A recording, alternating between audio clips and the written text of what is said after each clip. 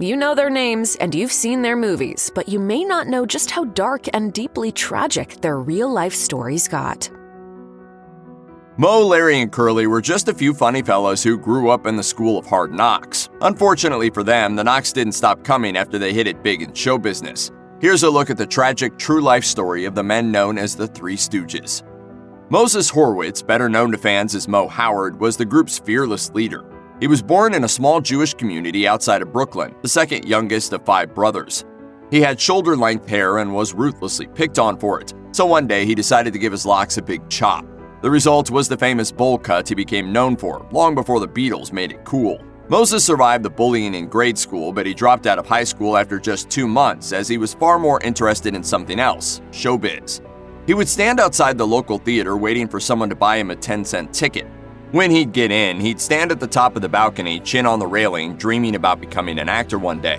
He hustled at the theater, running errands and doing odd jobs until he got his own gig performing in blackface at minstrel shows along the Mississippi River. In 1922, Moe and his brother Samuel, aka Shemp, linked up with Ted Healy and brought their boyhood jostling to vaudeville. Larry Fine was born Louis Feinberg to Russian Jewish parents in Philadelphia. One day he was playing with his father's jewelry tools and saw what he thought was a refreshing cool drink, but it was actually a bottle of acid used to check the authenticity of gold. He picked it up to take a sip, but his father slapped the bottle away, burning the boy's forearm in the process. He needed a skin graft for the burn, and his doctors had him take up violin lessons as a way to strengthen it. He took to the violin unbelievably well and even ended up playing professionally. In addition to his musical pursuits, he also became a lightweight boxer. In 1925, Larry was playing a musical comedy act in Chicago when he came across Ted Healy, who happened to be playing the same venue and got a look at Larry's show. Larry's bit was good enough that Healy invited him to become one of his stooges, joining Moe and Shemp. What formed was a lasting friendship between Moe and Larry that lasted for the next half-century. As for Healy, he gave the Stooges their start, though he had a major falling out with Shemp, who eventually parted ways with the rest of the Stooges. When Shemp left the Stooges, Moe's brother Jerome, who went by Jerry, was brought in to try out. The problem was he didn't look very funny. He had brownish red hair and a handlebar mustache, and Ted Healy didn't think people would laugh at him.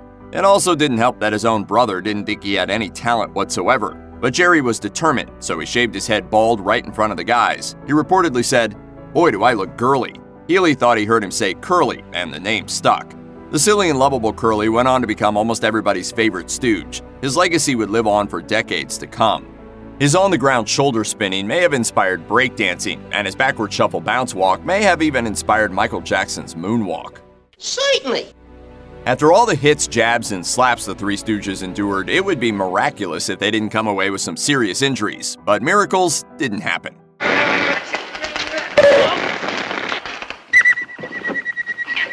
In Moe's autobiography, I Stooged to Conquer, he revealed that he often got hurt during filming and once broke 3 ribs. He wrote, "As rough a character as I seemed to be in pictures and as tough as I came across, I was hurt in our films more often than either Larry or Curly or any other member of the cast." Moe also revealed that the origin of the Stooges' violence stemmed from a live performance in 1925 in Brooklyn. Moe told Ted Healy that his brother Shemp was in the audience, so Healy called Shemp to the stage, who wouldn't drop the pear he was eating. While on stage, Shemp offered the pear to Healy, but he refused, grabbing it and smashing it over the newcomer's head. This became a recurring bit, and Shemp became part of the team. Moe's famous two-fingered eye poke also arose thanks to Shemp.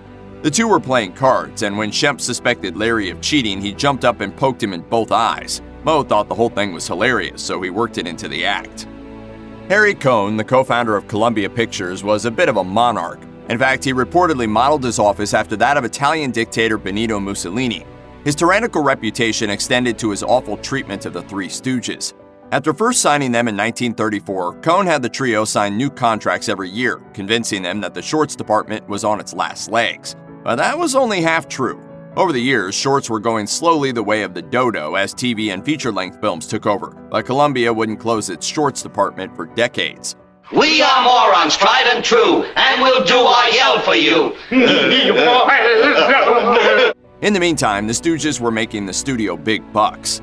While Columbia was only paying each of them a maximum of $20,000 per year, the studio was raking it in. But the Stooges never saw viewership numbers, so they had no idea how popular they really were.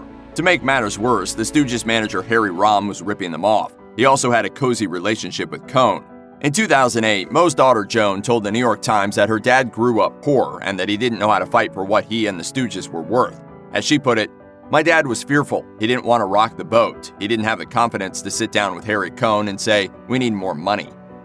The Three Stooges brand of comedy was inspired by Eastern European Yiddish archetypes, the schlemiel, the schlemazel, and the persecutor. Curly was the childish and clumsy schlemiel, Larry the unlucky schlemazel, and Moe the abusive persecutor, even though he was just as stupid. This made the Stooges part of a long tradition of Jewish comedy, and while they never explicitly drew attention to their culture or tradition in their act, save for the odd Yiddish phrase or two, they did make two important exceptions. In 1940, while Adolf Hitler was carrying out the Holocaust, the Stooges made You Nazi Spy, starring Moe as Moe Hailstone, a goofy imitation of Hitler. This was the first film to be released that featured an American comedian imitating the German Chancellor, beating out Charlie Chaplin's A Great Dictator by less than a year. Then in 1941, the Stooges came out with the sequel I'll Never Heil Again, thereby forever influencing the world of American political satire. Let them kill each other, and you and I will share the world. Everybody loved Curly, but he struggled in his personal life. He was known for reckless partying, hardcore drinking, and falling for women who weren't good for him. All those hits to the head surely didn't help either. By the mid-1940s, his health was visibly declining. He wasn't getting his lines right, he lost weight, and he just didn't look healthy. Moe asked Harry Cohn to give Curly some time off to recover, but the Columbia boss wouldn't allow it. While on set in 1946, Curly suffered a brutal stroke, though he was able to recover. When he was healthy, he appeared in the 1947 Three Stooges short Hold That Lion, which would be his last film. It was the only time that the three Howard brothers appeared in a short together. Curly's health continued to seriously decline as he had more strokes. Moe took it upon himself to be his brother's caretaker, but Curly wasn't long for this world. On January 18, 1952, he died at the tragically young age of 48. Jules White, a director on several Three Stooges shorts, could never forget what Curly said to him on his last day on set. "Gee, Jules, I guess I'll never be able to make the children laugh again." While the Three Stooges rocketed off into stardom, original Stooge Shemp was off doing his own thing after falling out with Ted Healy, and he was doing well and happy on his own. But when his brother Curly died, Moe pleaded with him to rejoin the Stooges. Moe also had to convince Columbia to bring Shemp back. Columbia and Shemp eventually agreed to a deal, although Shemp had to forego half of his paycheck to do so. Shemp's return was successful, albeit short-lived. On November 22, 1955, he was in a taxi on his way home from a boxing match. He was in the middle of a joke, smoking a cigar, when he teetered over and fell onto his buddy Al Winston's lap. He'd had a heart attack and died at the age of 60, just 3 years after his brother Curly's passing. By the end of the 1950s, Columbia Pictures needed to adapt or die. In 1957, the studio was the only one in town that still had a shorts department. They decided to close it as the winds of TV and feature films were sweeping through. With the closure of the shorts department came the decision to let the Three Stooges go after 23 years of blood, sweat, and tears. That's right, they just laid them off without so much as a thank you or a tribute. If that didn't sting enough, think about how Moe must have felt when he got back to the office to say goodbye to his colleagues and security guards blocked him from entering. Complete and total disrespect was all Columbia had to offer, but that wasn't the last we'd hear from Moe. After the breakup with Columbia, the Three Stooges found new ways to stay on the air. Columbia syndicated their shorts to local and national TV, which not only put more money in the remaining Stooges' pockets, but also made their material more popular than ever before. As new fans emerged, the Stooges started to cash in on merchandising. But there was just one problem: who could replace Curly? A couple of guys named Joe Besser and Curly Joe DeRita ended up filling the role, but most fans don't feel they quite stacked up to the original Stooges. Nevertheless, in the 60s, the Stooges managed to churn out feature-length films, 41 wraparound segments, and a cartoon series. In 1969, they even started shooting a pilot for a proposed travel TV show called Kook's Tour. Alas, a tragic event in 1970 prevented any footage from ever being shot. Just like his comedy brothers, Larry Fine had a hard personal life. He squandered a lot of his dough on gambling, which meant that he and his family spent a lot of time living in hotels. In 1961, his son John died in a car crash at the age of 24. 6 years later, his wife Mabel died as well. He heard the news just before he was about to take the stage for a gig in Rhode Island, and his castmates covered for him when he was too distraught to go on. In 1970, when the Stooges were in the midst of planning Kook's Tour, Larry had a stroke that paralyzed the left side of his body and put him in a wheelchair. 5 years later, he had another stroke and died at the age of 73. Meanwhile, Moe is still trying to keep the Three Stooges alive.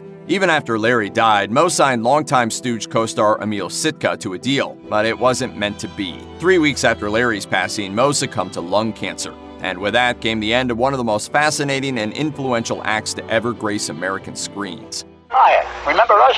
That's how we made our living for 50 consecutive years. Yeah, we got scars to prove it. And I still got a few of the aches and pains. Yep. Jackie Gleason is remembered as one of the most iconic stars of the 20th century, but underneath his jocular, smiling public demeanor, he dealt with considerable inner turmoil. These are the tragic details about Jackie Gleason. Jackie Gleason was born on February 26, 1916, to parents Herbert Walter Gleason and May Maisie Kelly, who hailed from County Cork in Ireland. Curiously enough, while Gleason was born Herbert John Gleason, he was baptized as John Herbert Gleason. The nickname Jackie was given to him by his mother, and it stuck. Gleason grew up in Bushwick, Brooklyn, which was a very impoverished area at the time. According to Gleason's website, young Jackie knew that he wanted to be an actor from the age of 6 when his father used to take him to see matinee silent films and vaudeville performances. Unfortunately, the theater visits would be the only good memory that Gleason would have of his father. Herbert Gleason would walk out on his family when Jackie was only 9 years old. Jackie Gleason never saw his father again. Unfortunately, Herbert Gleason's abandonment wasn't the only tragedy that would befall the Gleason family. Jackie Gleason actually had an older brother named Clement, who was a frail and sickly child. This led to the boy dying of spinal meningitis when young Jackie was only 3. Once Jackie's father walked out, his mother, Maisie, became even more protective of Jackie. Gleason would later recall how his desperate mother kept him inside at all times as a child, telling an interviewer, "I could never go out on the street and play with the other kids. I used to watch them with my face pressed against the window. I think that's how I developed my poor soul look." Between her oldest son's death and her husband's abandonment, Maisie Gleason couldn't bear to lose her last family member. Sadly, Gleason's mother died at the age of 50, leaving the 19-year-old Gleason alone, homeless, and with only 36 cents in his pocket. The Gleason family had always been poor, but after his mother's death, Jackie was utterly destitute. He needed money, and he needed it soon. As noted by MeTV, Gleason's then-girlfriend's parents did offer to take him in, but Gleason turned them down. He managed to get a roommate in the city and started taking whatever work he could find. First, he worked some minor gigs as a carnival barker and a daredevil driver, then as an MC in a Brooklyn club. But what really helped Gleason's career was playing various gigs in some of the seedier nightclubs across New York, New Jersey, and Pennsylvania. According to Entertainment Weekly, Gleason flopped badly in stand-up.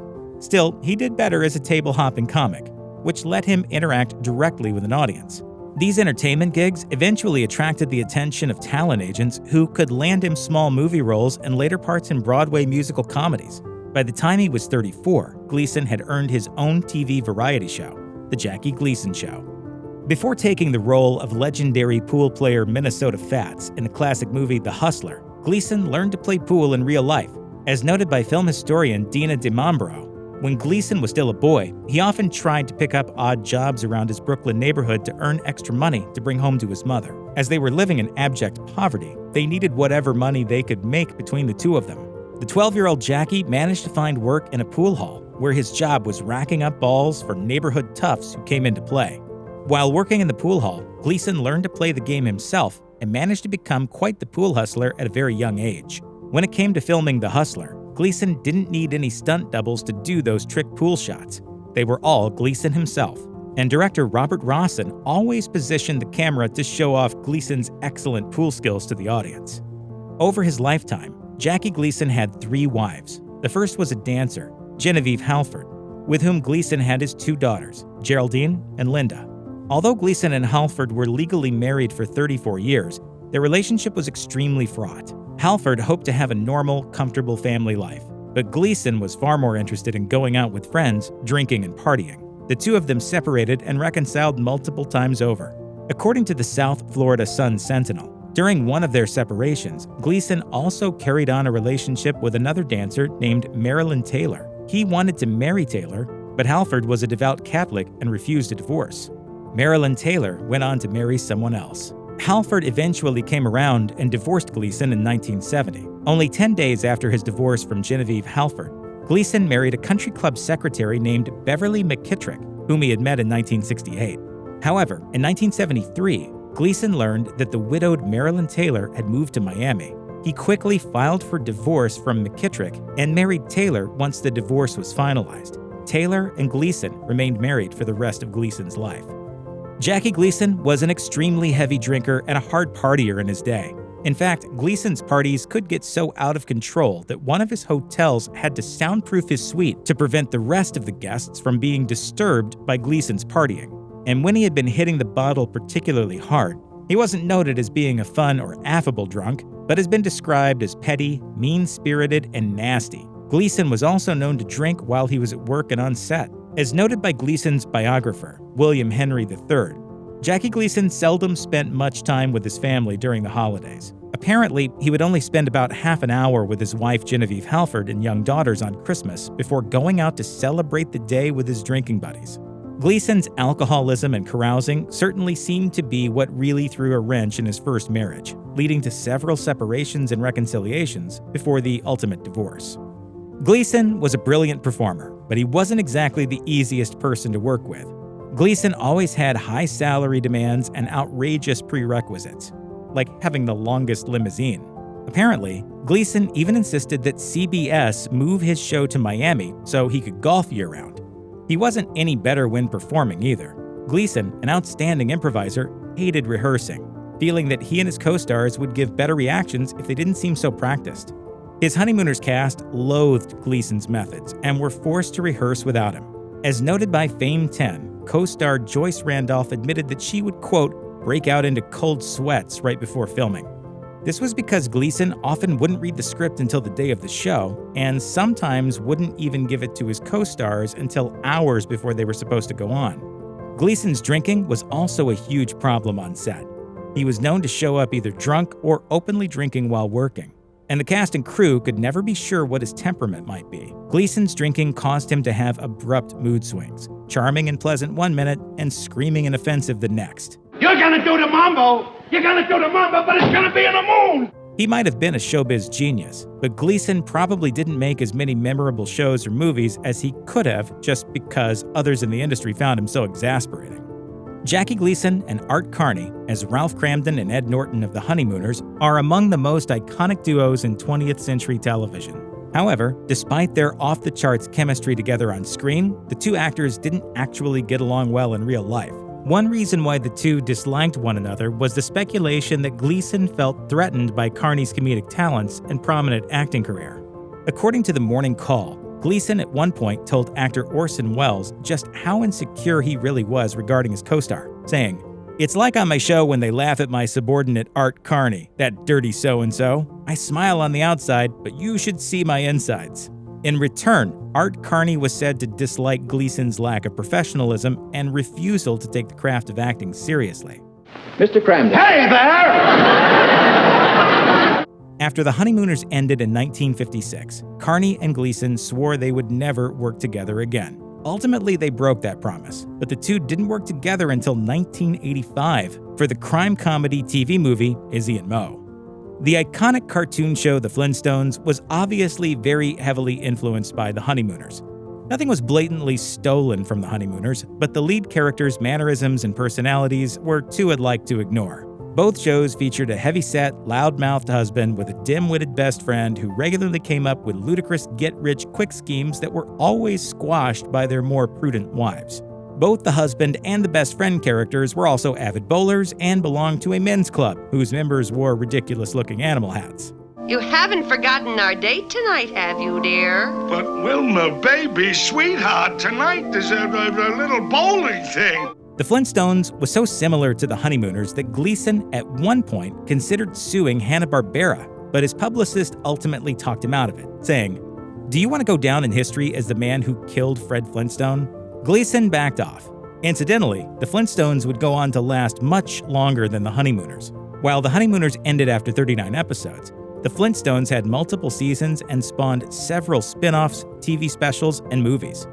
By the mid-'80s, Jackie Gleason's health was on the decline, and he thought he was done making movies. But director Gary Marshall had other ideas.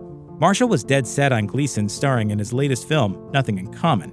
Gleason was to star alongside Tom Hanks, playing Hanks' bad-tempered, self-absorbed, curmudgeonly father. Gleason was reluctant to take on the role, fearing the strain that doing another movie might put on his health.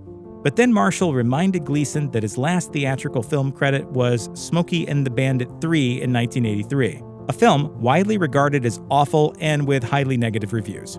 Marshall needled Gleason, suggesting that he might want to reconsider letting that be the last movie on his record. That was enough for Gleason. He might have been in poor health, but he said yes to appearing in Nothing in Common, which was officially his final film, released in 1986.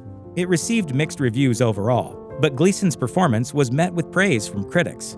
The movie has a 57% rating on Rotten Tomatoes, certainly an improvement over Smokey and the Bandit 3.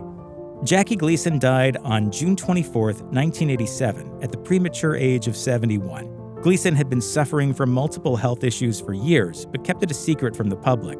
Nevertheless, his years of hard partying, voracious alcohol consumption, and extravagant eating inevitably caught up with him. Although Gleason had always been overweight, his lifestyle choices led to vein inflammation, diabetes, and hemorrhoids. However, the ultimate cause of Gleason's death was colon cancer. Although he tried to keep his condition private, it became obvious to many that Gleason was seriously ill as time went on. Even Gleason himself couldn't ignore the fact that the end was probably coming soon. A year before his death, he privately admitted to one of his daughters, quote, "I won't be around much longer." In an interview with Gleason's stepson, Craig Horwich, Horwich fondly recalled his stepfather. He wanted to be at the head of the table with as many people and all the wonderful food and fun that came with it. But then he also had a great pleasure of reading and listening to music in solitude. Gleason will be remembered as a complicated, often problematic and volatile person, but his legacy as a brilliant performer with legendary achievements will live on. Few child stars have ever achieved the level of celebrity that Shirley Temple had. Nicknamed Little Miss Miracle, Shirley Temple's work helped carry American audiences through the Great Depression. But behind the stardom, Shirley Temple experienced financial strain and a troubled marriage.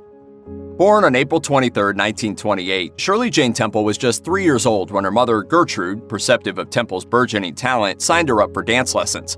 But the decision wasn't entirely selfless. Gertrude herself had wanted to become a dancer and was intent on her daughter succeeding where she had failed. It was at the dance school that Temple was discovered by producers from Educational Films Corporation. Despite the name, the shorts made by the film distribution company were oriented more toward the comedic than instructional. In 1932, Temple was cast in a series of shorts called Baby Burlesques, where children played the satirized roles of adults. Temple's first speaking role occurs in the second Baby Burlesque short titled War Babies, where Temple plays an exotic dancer as toddlers in diapers ogle her. Her first on-screen kiss came when Temple was just 5 years old. According to The Atlantic, the set of Baby Burlesques wasn't the kindest place for children. If anyone misbehaved, they were sent to sit on a block of ice in a black sound booth. Temple wrote in her autobiography that she didn't think that the black box did any permanent damage to her psyche. However, Temple would later tell an interviewer that the lesson she took away from the black box was simple: wasted time is wasted money. Shirley Temple's roles in Baby Burlesques caught the eye of Fox Film Corporation, which would later merge with 20th Century Pictures in 1935 to create 20th Century Fox. Songwriter Jay Gorney is credited for bringing Temple to 20th Century Fox. After seeing an episode of Frolics of Youth, another multi-part series produced by Educational Pictures that Temple appeared in, Gorney was struck when he saw Temple entertaining fans in a movie theater lobby as he left the screening. He was so charmed by her that he promptly arranged for Temple to audition for the film Stand Up and Cheer in December 1933. She quickly got the part and was signed to a 2-week guaranteed contract worth $150 per week. By the end of the month, her contract had been given a year extension as well as an option for 7 years. Stand Up and Cheer, which came out in 1934, was Temple's first major motion picture, and by the end of the year, she'd been given a starring role in Little Miss Marker as well. She appeared in a number of other films in 1934, but the musical Bright Eyes is considered to be the film that made her a star. Bright Eyes was written specifically for Temple, and in it, she sang what became her most popular song, On the Good Ship Lollipop. See that? That's mistletoe. Between 1935 and 1938, Shirley Temple was Hollywood's top box office attraction, beating out stars such as Bing Crosby and Clark Gable. Her film Curly Top, which came out in July 1935, made $1.1 million at the box office. According to the BBC, Temple is even credited with keeping 20th Century Fox from bankruptcy, especially due to the success of the film Bright Eyes. In the midst of the Great Depression, President Franklin D. Roosevelt even credited her with raising people's spirits, referring to Temple as Little Miss Miracle. Temple appeared in at least 3 movies a year between 1935 and 1938, sometimes upwards of 8, often playing an orphan whose optimism was reassuring to audiences during a time of economic turmoil and uncertainty. John F. Casson, author of The Little Girl Who Fought the Great Depression, wrote this about Temple's films. They were not meant to change the world, but to summon the emotional resources simply to persevere in it. Temple's popularity led to many products being created in her name and likeness. Temple-themed merchandise included raincoats, dresses, and accessories. There was also a Shirley Temple doll made by the Ideal Novelty and Toy Company. According to Collectors Weekly, the doll was officially announced in October 1934 and came outfitted in a polka-dotted dress similar to the one worn by Temple in Stand Up and Cheer. In 1935, the Shirley Temple doll accounted for almost 1/3 of all doll sales, even though it cost 3 times as much as unlicensed dolls. Her iconic hairstyle was also imitated by many. And while there are conflicting accounts of the drink's origin, the Shirley Temple drink is also named after the child star. But funnily enough, Temple herself wasn't a fan of the drink, saying that it was too sweet for her taste. Temple also turned down many offers to license her name for the mocktail, noting that she doesn't like the idea of cocktails, even non-alcoholic ones, for children. By 1935, Temple was making $1,000 a week just from merchandising, and by 1936, her royalties from licensing exceeded $200,000. Despite the fact that Shirley Temple was making a great deal of money, she didn't end up seeing much of it. After Temple had signed her studio contract in 1934, her father George became her manager. And although he fought repeatedly for pay increases, it was more for his benefit than his daughter's. By the end of 1935, Temple's salary was $2,500 per week, and in 1936, it rose to $50,000 per movie. According to The Atlantic, in 1938, at $307,014, Temple was making more money in a year than anyone else in Hollywood, other than Louis B. Mayer, one of the co-founders of MGM. But when Temple was 22, she discovered that even though she had earned over $3 million, she reportedly had only $44,000 in her account. With the spending of her parents and her father's mismanagement of her wealth, Temple was left with a fraction of the fortune she had earned. But despite everything, Temple later wrote, quote, "I felt neither disappointment nor anger." Shirley Temple was regularly treated poorly during her film career. During the 1932 film Runt Page, Temple got an ear infection and had to have her eardrum lanced at a hospital. And despite her mother's pleading, the producer insisted that Temple be at the studio in the morning or she would be replaced. According to The Atlantic, Temple also had to frequently fend off advances from men. During her first visit to MGM, the producer Arthur Freed reportedly unzipped his fly in front of Temple. Producer David O. Selznick also literally chased a terrified Temple, who was 17 at the time, around an office. Furthermore, in 1939, a woman tried to assassinate Temple because she believed the actress had stolen her daughter's soul. Temple was also plagued by various rumors, such as that her hair wasn't real or that she wasn't really a child. Some even claimed that her teeth had been filed to appear more like baby teeth. Often, fans would pull on her hair to check if it were a wig or not. Temple herself wished that she had been able to wear a wig, since her real hair warranted nightly rituals that included a weekly vinegar rinse that caused her eyes to burn. Nighty-night. The rumor that she wasn't actually a child was so widespread that the Vatican sent Father Silvio Massanti to investigate Temple's true age. Shirley Temple's popularity began to wane as she grew up and matured. According to The Atlantic, Temple had already started to age out of commercial viability at just 12 years old. After one of her movies, The Bluebird, did poorly at the box office in 1940, Fox dropped her contract. And although she signed with MGM, she never made another hit like the ones from her childhood. During this time, Temple started going to school again in Los Angeles and began to focus on a non-celebrity life. As she continued her schooling, Temple continued to appear in various films throughout the 1940s, such as That Hagen Girl and The Bachelor and the Bobby Soxer, but despite receiving critical praise, none were box office successes. Her final film, A Kiss for Corliss, came out in 1949, and it also received a lukewarm reception. Temple had married fellow actor John Agar in 1945, hoping that he could protect her from the muddled life of Hollywood, but instead Agar turned out to be a violent alcoholic who only added to Temple's troubles. They divorced a few years later in 1949, which just added to her adult image. Finding it more and more difficult to land major roles, Temple stepped away from the big screen. After Shirley Temple married Charles Alden Black and they moved to Washington, D.C. for his career, Temple started working as a Republican fundraiser. In 1967, Temple turned her full attention to politics and entered the congressional race in California. Although she ultimately lost, her political career was only just beginning. Temple was a lifelong member of the Republican Party and campaigned for Richard Nixon in 1968. Temple served as a United States ambassador to the United Nations from 1969 to 1970 under President Nixon. President Gerald Ford also appointed Temple as the United States ambassador to Ghana from 1974 to 1976. Her political work continued when, in 1976, Temple became the first woman to be United States Chief of Protocol at the State Department, serving until 1977 under President Ford. In 1988, Temple was given the first honorary title of Foreign Service Officer in recognition of her work as a diplomat. Temple also worked alongside her former co-star Ronald Reagan, with whom she had starred in 1947's That Hagen Girl, as a foreign affairs officer expert while he was president. I wish I'd never heard of you. Ever since you've been here, things have changed. At the time when Shirley Temple was diagnosed with breast cancer in 1972, the disease was rarely talked about, especially in public. Celebrities at the time also frequently hid their illnesses from the public. But Temple sought to dispel the stigma and shame around breast cancer. So when she underwent a mastectomy, she spoke to reporters directly from her hospital bed, as the New York Times reported. While she was recovering in the hospital, Temple explained to reporters how a cancerous lump had been discovered in her left breast and that the breast had to be removed as a result. Not only was it uncommon for a celebrity to be as candid about their illness and its treatment, the openness with which Temple discussed her breast cancer diagnosis was also aimed at providing information to women that doctors at the time weren't necessarily giving. At the time, informed consent also wasn't common, and many women who thought they were just having a biopsy would wake up to find that they'd undergone a radical mastectomy. According to a 1972 medical document, this was because doctors at the time assumed the entire burden of deciding how patients with breast cancer should be treated. But as Temple advocated for self-examinations, she became an outspoken advocate for women's agency in regards to their health. Shirley Temple was appreciated across political party lines, and in 1998, President Clinton awarded her the Kennedy Center Honors in recognition of her years of diplomatic service. After her work in politics, Temple went on to serve on the board of directors for a number of organizations, not limited to Bank of America, the Walt Disney Company, and the National Wildlife Federation. In 2006, she was also awarded the Screen Actors Guild Lifetime Achievement Award. Even though Temple's film career lasted a relatively brief 20 years, she made an unforgettable impression. Her husband, Charles Black, had died the year before, so their son accompanied her to the award ceremony.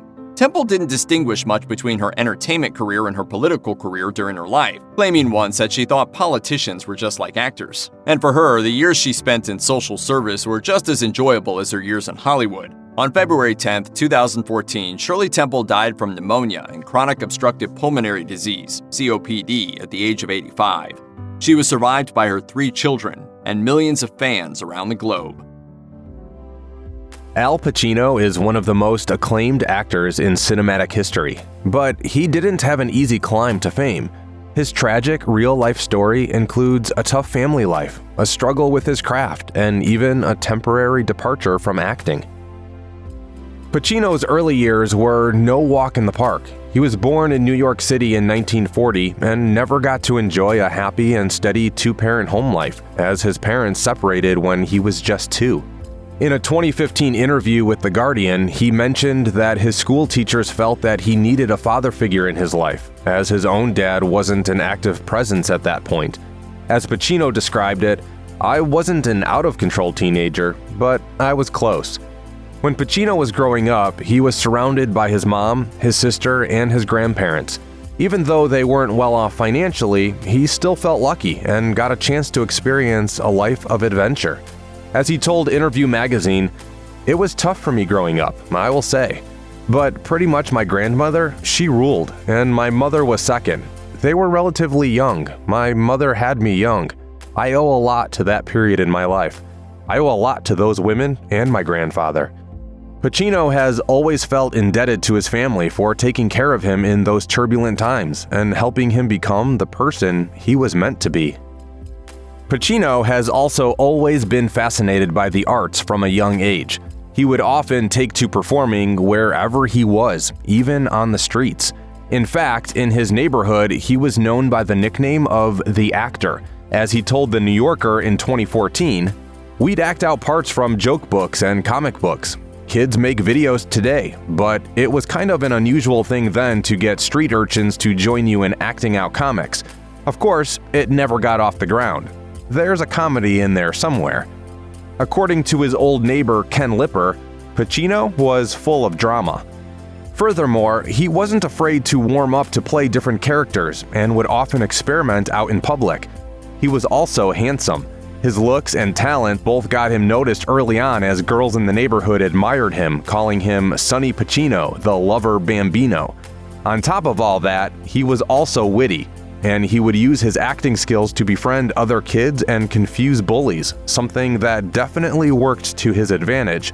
It was almost like he was destined to become an acting legend. I had this ability to mimic. I would mimic the movies, I would mimic any of the current singers. Pacino was intrigued enough by the arts to take a drama class when he was in junior high. While helping his mom Rose run the house, he also got a chance to attend the High School of Performing Arts in Manhattan. This was something his mother struggled to come to terms with. Simply put, she wasn't pleased, as she told her son, "Acting isn't for our kind of people. Poor people don't go into this." Nevertheless, Pacino wasn't discouraged, as he was determined to succeed and believed that he was a survivor. As he told The New Yorker, "Survivors only hear what they want to hear." He did experience a setback though, when his stint at the high school turned out to be a short one because the non-acting subjects were more rigorous than he had anticipated. Spanish class, for instance, was actually held in Spanish. The style of teaching didn't appeal to him either. He was too young for it, so he dropped out at the age of 16. But he didn't give up on his future, and he started focusing on auditioning and working on his craft. When he was a struggling actor, Pacino didn't have a lot of money or connections, but he was resilient enough to get through the tough times. As he explained to The Guardian, "There were times when I was young when I could have used money. After college, I was often unemployed, and at one time I slept in a storefront for a few days. But I've never been materialistic, except that I am, of course, because my lifestyle makes me a spender." It also helped that Pacino truly loved what he was learning. He would read voraciously and meet all kinds of characters on the streets of downtown New York. It was also fortunate that he was young and that poverty didn't seem like that big of a deal at that point in his life. He could survive it with his youth and with the age-old street slice of pizza. As he told Interview magazine, "You just have yourself to deal with. A piece of pizza goes a long way. You could live on anything at that age. It doesn't matter. You extract every bit of that piece of pizza." His enthusiasm for acting didn't fade in the least, and he continued working on it as he learned to survive in the real world. Pacino lived through loss at an early age. He was just 21 and struggling through his early acting days when his 43-year-old mother passed away. It was a huge blow for someone who'd grown up around mostly strong maternal figures, and he wasn't sure how to deal with it. Before he could truly comprehend this loss, his grandfather James passed away the following year. By 1962, he found himself struggling to make sense of it all. It was an incredibly difficult time for him, indeed one of the worst periods he's ever lived through. As he told The New Yorker, "And I had no father. I think that was my darkest period. I felt lost." Despite what he was going through, Pacino didn't give up on his dream as he learned to navigate uncharted territory and cope with loss. He continued looking for work, getting through rejections, and doing his best to try and land good roles. It's tough getting through life. You gotta be tough, I guess. We're all tough.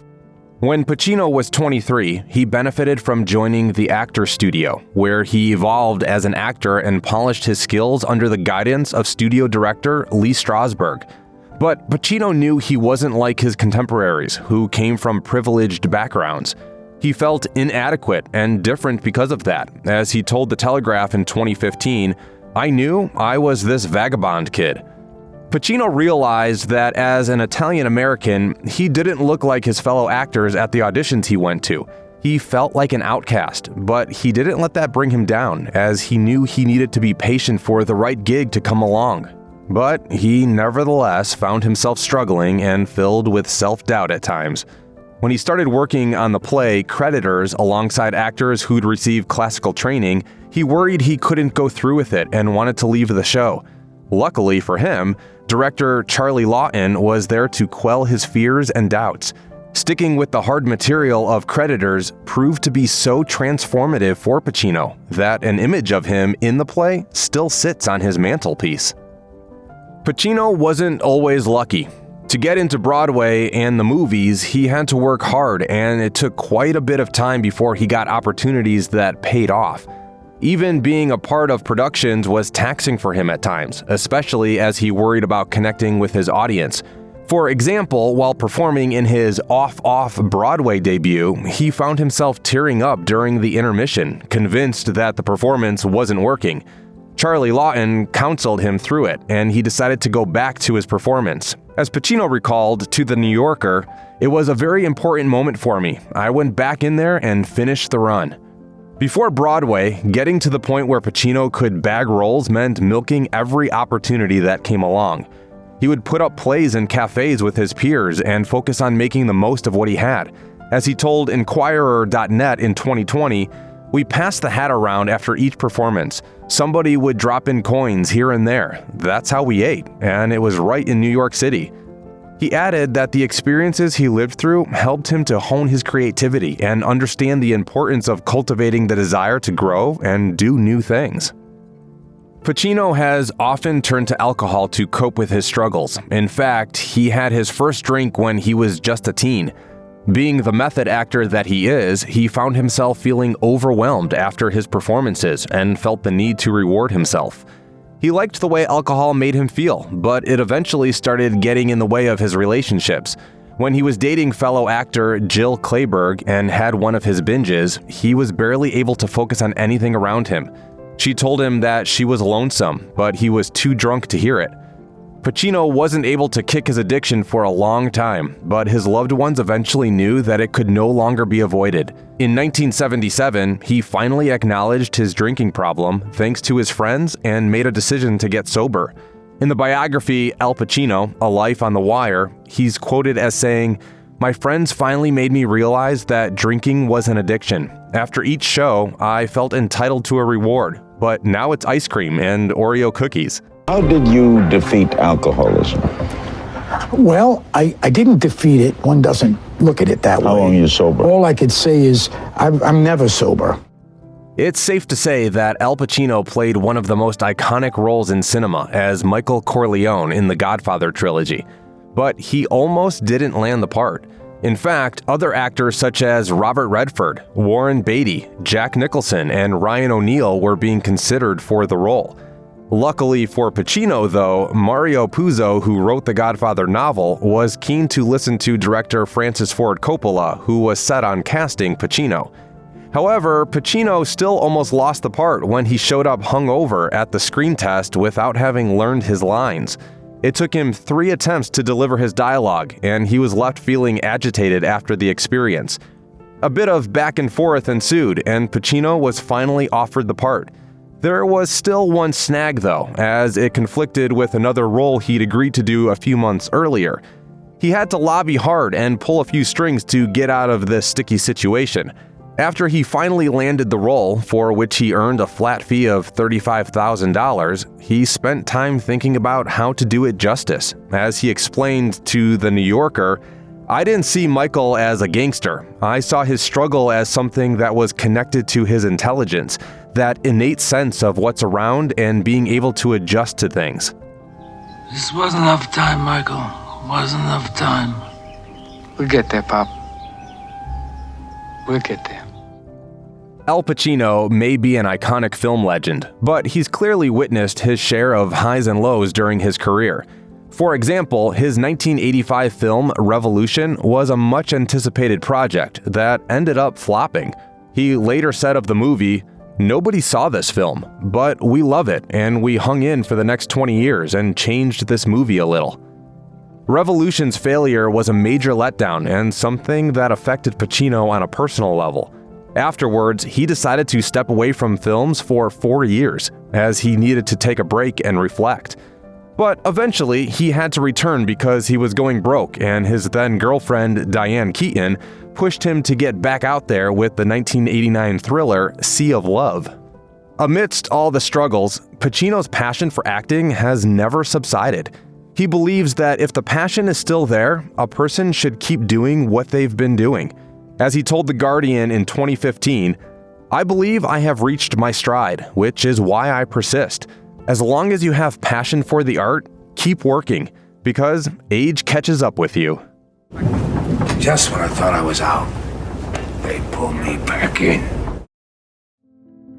Everybody loves it when Patrick Stewart shows up on screen. But behind the camera, he's had his fair share of dark experiences, including being disrespected by the creator of one of his biggest roles. Patrick Stewart's trouble in life started early. His father, Alfred, was a World War II veteran who was often violent toward his mother, Gladys, and Patrick would have to intervene to stop the violence when he was as young as 5. These harrowing experiences would go on to affect his acting career in a massive way. He was drawn to the theater because it provided refuge from his troubled home life, though it also took him a long time to be able to truly cut loose on stage, as he tried to lock so much of his pain away. I had a reason to be out of the house in the evenings, which is when often problems would occur.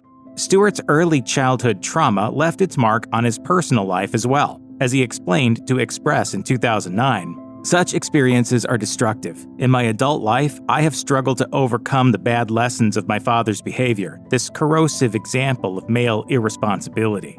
Stewart has ultimately managed to confront his past, as he's had therapy, and he's been involved with the domestic violence charity organization Refuge since 2006.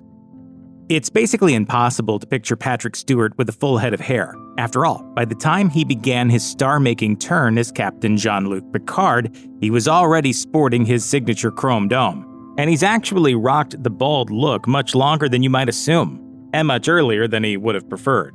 As it turns out, Stewart was only 19 when his hair started to part ways with his scalp. Alas, he didn't take the situation very well, and in a prolonged bout of insecurity, he chose to fight this cruel twist of fate with an escalating series of hats, comb-overs, and even the occasional hairpiece. In an interview on the BBC show Parkinson, Stewart revealed that his friends finally put a stop to these antics. As he explained, "There was a man who had been at drama school with me. He was a good, loyal friend to me. He was also a judo black belt. Very strong, very powerful. He and his wife invited me for lunch one day. We had lunch. It was very nice. Bottle of wine. And the two of them got up after lunch. I thought they were going to make coffee or something, and all of a sudden, I was grabbed from behind. One forced haircut later, and Stewart had found his iconic look." With his extensive theater experience and iconic film roles, it's hard to deny that Patrick Stewart is a master thespian. But despite his extensive resume, he's still known primarily for 2 roles: Star Trek's Jean-Luc Picard and X-Men's Professor Charles Xavier. These famous roles have certainly made him a superstar, but they've also somewhat clipped his wings as an actor. As he told The Independent in 2009, "I had come to the point when I realized it was unlikely that my film career was going to move beyond a certain level of role. And I was, because I had graphic instances of it, handicapped by the success of Star Trek. A director would say, I don't want Jean-Luc Picard in my movie, and this was compounded by X-Men as well." A return to the stage in 2003 finally made Stewart fully realize his frustration with Hollywood typecasting, and he's been much more involved with theater ever since. One of his most recent gigs on the stage happened in 2016, when the then 76-year-old teamed up with his X-Men co-star Ian McKellen in a production of No Man's Land to rave reviews. Oh, quite well, yes. Past my best now. Patrick Stewart's looks and voice exude the kind of assured confidence that's easy to associate with higher education. But that just proves once again how great an actor he is, as he actually left school behind at the tender age of 15, and he's reportedly somewhat insecure about his educational background, or lack thereof. As he admitted during a 2022 interview with The Guardian, Ian McKellen won a scholarship to go to Cambridge, and I left school at 15 in 2 days. I was at a secondary modern school, where a great English teacher first put Shakespeare into my hands and asked me to read it aloud. But I feel a sense of intimidation at Ian's level of education, although I now understand he spent most of his time at Cambridge acting rather than studying. Of course, there are several different educational routes that one can take, and what Stewart might lack in academic laurels, he's more than made up for over the course of his highly respected acting career. And he returned to academia eventually, as he became a scholarship student at Bristol Old Vic Theatre School 2 years after dropping out. He's also an honorary graduate of the University of Huddersfield, and he even served as the school's chancellor between 2004 and 2015. Jean-Luc Picard is arguably the greatest Star Trek captain to ever command the Enterprise, and he's so iconic that he's thus far the only one to receive a spin-off series bearing his name. Patrick Stewart has, of course, been integral in making Picard stand out in a franchise full of memorable characters. So you might be surprised to learn that the creator of Star Trek was staunchly against Stewart's casting. During an appearance at a Star Trek panel in Las Vegas in 2017, the actor revealed that Gene Roddenberry disliked the idea of Stewart playing Picard. As he revealed, Gene and I did not have a close relationship. We had a respectful relationship. Gene had very strongly felt that I was wrong for the role. I am told, and I don't know the details, but there was a lot of warfare that went on in the producers' offices about that. Fortunately, Roddenberry eventually came around to see what Stewart brought to the role, with the actor noting, "I got the feeling that he was ultimately kind of satisfied with how it turned out." In 2014, a bakery in Belfast, Northern Ireland became the subject of controversy when it refused to bake a custom cake featuring Bert and Ernie from Sesame Street, along with the text "Support Gay Marriage." The customer eventually took the case all the way to the European Court of Human Rights, where it was dismissed in 2022 due to technical issues that rendered it inadmissible. In 2015, Patrick Stewart weighed in on the conversation, and his stance was somewhat surprising. He's been a vocal LGBTQ+ advocate, but as he admitted during an appearance on the BBC show Newsnight, he actually thought that the bakery was correct in this case. His comments drew some backlash, and he eventually took to Facebook to further explain his logic. As he put it, "In my view, this particular matter was not about discrimination, but rather personal freedoms and what constitutes them, including the freedom to object. I know many disagree with my sentiments, including the courts. I respect and understand their position. What I cannot respect is that some have conflated my position on this single matter to assume I'm anti-equality or that I share the personal beliefs of the bakers. Nothing, absolutely nothing, could be further from the truth." Patrick Stewart seems like a jovial fellow, and the same goes for talk show host James Corden. So logic would seem to dictate that they would get along famously, but that wasn't always the case, as an incident at the 2010 Glamour Awards demonstrates. As the two men started to present an award together, Stewart unexpectedly called Corden out on what he perceived as a disrespectful and disinterested attitude. The visibly flustered Corden responded with a quick apology and told Stewart to avoid straying away from the subject while presenting. Stewart countered by launching into multiple underhanded jokes about Corden's weight, which Corden pointed out were painfully unfunny as he tried in vain to get things back on track. Things got so bad that the recipient of the award, Zoe Saldana, actually sided with Corden in her speech, as the two men continued their embarrassing back and forth in the background. Stewart later apologized for his actions and admitted that he was somewhat worse for wear during the incident. As he told Classic FM, "My part of the evening came late and it was alcohol, I'm afraid. I went too far. I was somewhat out of control. I have nothing but admiration for Mr. Corden.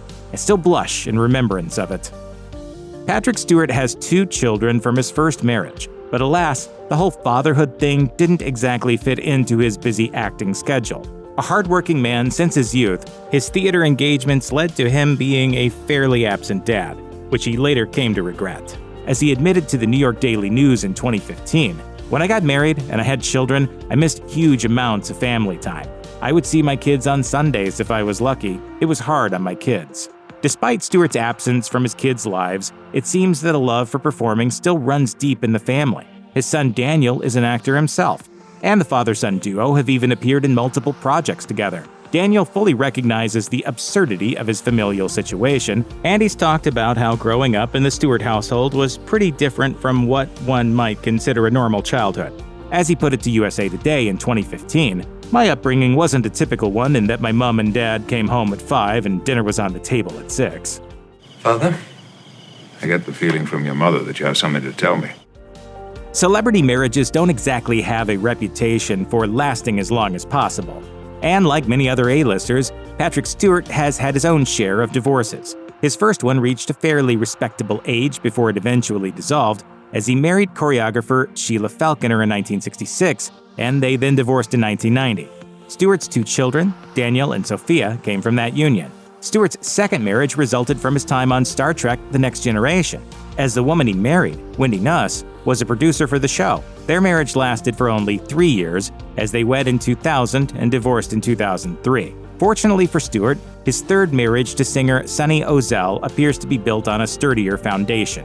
The two met in 2008 at a restaurant where Ozell was waitressing, and they married 5 years later, and the two of them are still doing just fine. As he revealed to People magazine in 2022, "I've never met anyone like her before. She is so smart and so informed. and her intellectual accomplishments are extraordinary. She remembers everything. It may not be a romantic comedy. It might be more of a, Walking Dead movie, actually, as far as I am concerned. Patrick Stewart might be a veteran professional actor of the highest order, but even he has found the physically and emotionally demanding art form to be occasionally overwhelming. In a 2022 interview with The Guardian, he admitted that he had a tough time during his stint of performing the Shakespeare play Macbeth in 2007 and 2008. He was in his late 60s at the time, and he devoted his life to nothing but Macbeth for an entire year. There was one particularly challenging time that led him to cope with the stress of the performance in some pretty unhealthy ways. As he recalled, "I had difficult patches, and there was a period when we were in New York that performing that play took everything I had. I would end the show emotionally exhausted, go straight home, and drink alcohol until I passed out. I'd sleep for a good many hours, and then find that, by about 4 in the afternoon, there were little stirrings of, 'You're going to play this great role again in a few hours,' and I'd know it would end with me being f***ed in a few hours. But it was the only way I could find to do it." In hindsight, Stewart seems to believe that the experience was professionally a fairly solid success, but not enough so to repeat those bleak moments.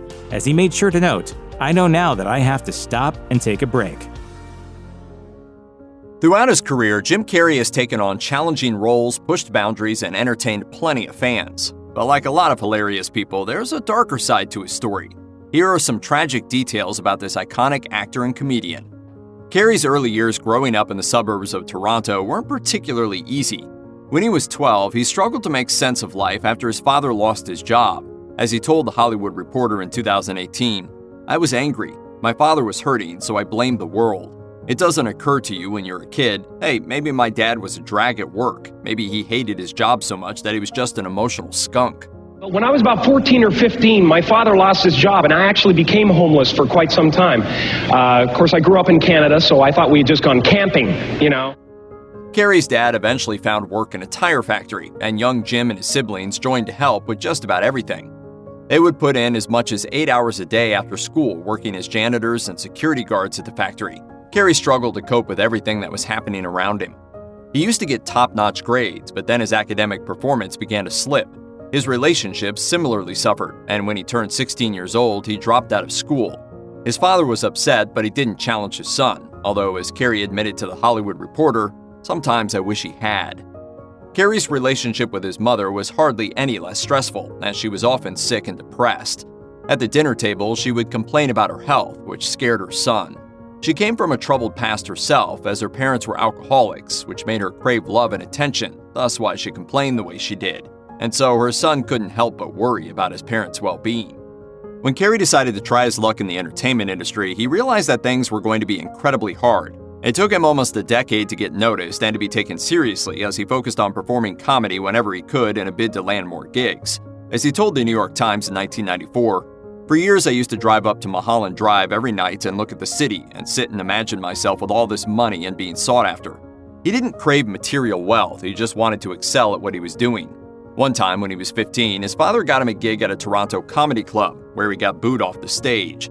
He was wearing a polyester suit that wasn't well received by the hip crowd, but he didn't give up as he tried again 2 years later, pulling off a considerably better performance with messy hair and no suit. When he was 19, he started performing in Los Angeles, working day in and day out until he got noticed by bigwigs like Sam Kinison and Rodney Dangerfield and landed TV roles.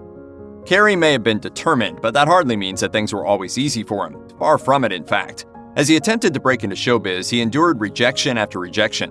For example, when he auditioned for Saturday Night Live, he was turned down pretty much immediately. His tape wasn't even shown to executive producer Lorne Michaels. As Michaels told Vanity Fair in 2015, "I wasn't at the Jim Carrey audition, but someone who was there said, I don't think Lorne would like it, and they were probably wrong, but it doesn't matter. Or maybe they were right, who knows? No one gets it all right." I might not be able to make it through the front door like everybody else, but I'll make it through the basement window. I'll make it through the back door. I'll find a way. Despite this setback, Carrey eventually became successful, and even also got to show off his comedic chops live from New York. He's harbored no ill feelings against SNL or the people who make it, as he's hosted the show 3 times and also appeared on the 40th anniversary special in 2015 with an impression of Matthew McConaughey. Free will is an illusion. Life is a game that plays us. And in 2020, Carrey even landed a semi-regular SNL gig with his impression of Joe Biden. Even as he was starting to make his mark in Hollywood, Carrey still had to deal with plenty of loss. Both of his parents passed away within a few years of each other, his mother in 1991 and his father in 1994. Carrey has talked about how his dad indirectly helped him follow his dreams. His father was immensely talented and could have shown in the entertainment industry himself, but he was too afraid to take that risk. As Carrey told ABC News in 2014, "So many of us choose our path out of fear disguised as practicality. My father could have been a great comedian, but he didn't believe that was possible for him. So he made a conservative choice and instead he got a job as an accountant." The older Carrey was eventually forced to reconsider his options after he lost that accounting job, which taught his son to look at failure differently. As Jim Carrey sees it, it's possible to fail at something that seems like a safe option. In the end, it's a far better idea to fail at something you love doing and genuinely wish to pursue. And in Carrey's case, that's acting in comedy. It isn't just his professional life that's taken a toll on Carrey. To put it mildly, he hasn't always been lucky in love. He's talked about how his 2004 movie Eternal Sunshine of the Spotless Mind, which revolves around the tragedy of lost romance, was something that he could personally relate to. As he told CBS News, "I was trying to speak to my ex and all this stuff and say these things, and I mean, artistically you do that, you know?" When asked who he was referring to, he simply replied, "I don't want to say. There are many that I've felt that way about, you know?" From 1987 to 1995, Carrey was married to actress Melissa Wermer. After their divorce, he was then briefly married to his Dumb and Dumber co-star Lauren Holly. He was also seriously involved with Renee Zellweger, whom he was engaged to before they parted ways in 2000. Afterwards, he dated Jenny McCarthy for almost 5 years. In 2010, a source told People magazine that Carrey can be difficult to be with in a romantic relationship, noting, "Jim can run hot and he can run cold. He is someone who desperately needs to be with someone, then just as desperately needs to be alone. But at the same time, he can be a very loving, very compassionate guy." In 2015, one of Carrey's ex-girlfriends, makeup artist Catriona White, killed herself. He served as a pallbearer at the funeral. Their relationship had its share of ups and downs, and they had broken up several times, including the week before she passed away. White was found to have overdosed on prescription drugs, but not everyone was convinced that she really killed herself. Her estranged husband and mother accused Carrey of giving her the drugs, so they sued him, but he responded that this was merely an attempt to take advantage of his status as a famous actor, and he filed a countersuit. After a bit of back and forth, Carrey was finally cleared of all charges, and the lawsuits were dropped in 2018. Carrey is no stranger to mental illness. His movie characters may be known for making people crack up hysterically, but off-screen, the actor has privately fought depression for a long time, occasionally seeking professional help to cope with his symptoms. He spoke about his mental journey during a 2004 episode of 60 Minutes, as he revealed, "Yep, I was on Prozac for a long time, and I'm not sure. It may have helped me out of a jam for a little bit." Carrey added, "But people stay on it forever. I had to get off at a certain point because I realized that, everything's just okay." In 2017, Carrey revealed that he wasn't depressed anymore, but that he definitely had experienced it firsthand for many years. He also noted that he still had bad moments, but that they were fleeting and didn't stay with him anymore. In 2019, he had an online exchange with Ariana Grande after the pop star shared that Carrey's accounts of depression had helped her cope with her own battles. An honored Carrey replied to her on Twitter, "I read your lovely mention of me and things I've said about depression. I admire your openness. I wish you freedom and peace. I feel blessed to have such a gifted admirer." Despite being an incredibly talented and versatile actor, Jim Carrey has seen his fair share of professional ups and downs. Acting has recently taken a back seat in his life, though he hasn't totally forgotten his love for the craft. In 2018, he told the Associated Press that he found acting therapeutic. As he put it, "It's unfathomable to me that life somehow ended up in this direction and at this place of, being able to do something, alchemize our pain and turn it into something beautiful, and be recognized as well, for it is an incredible thing.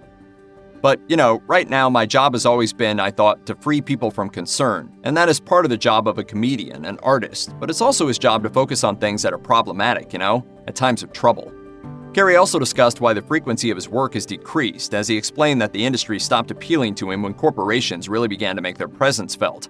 He was tempted to express himself through another creative medium, so he turned to painting to let his feelings flow freely.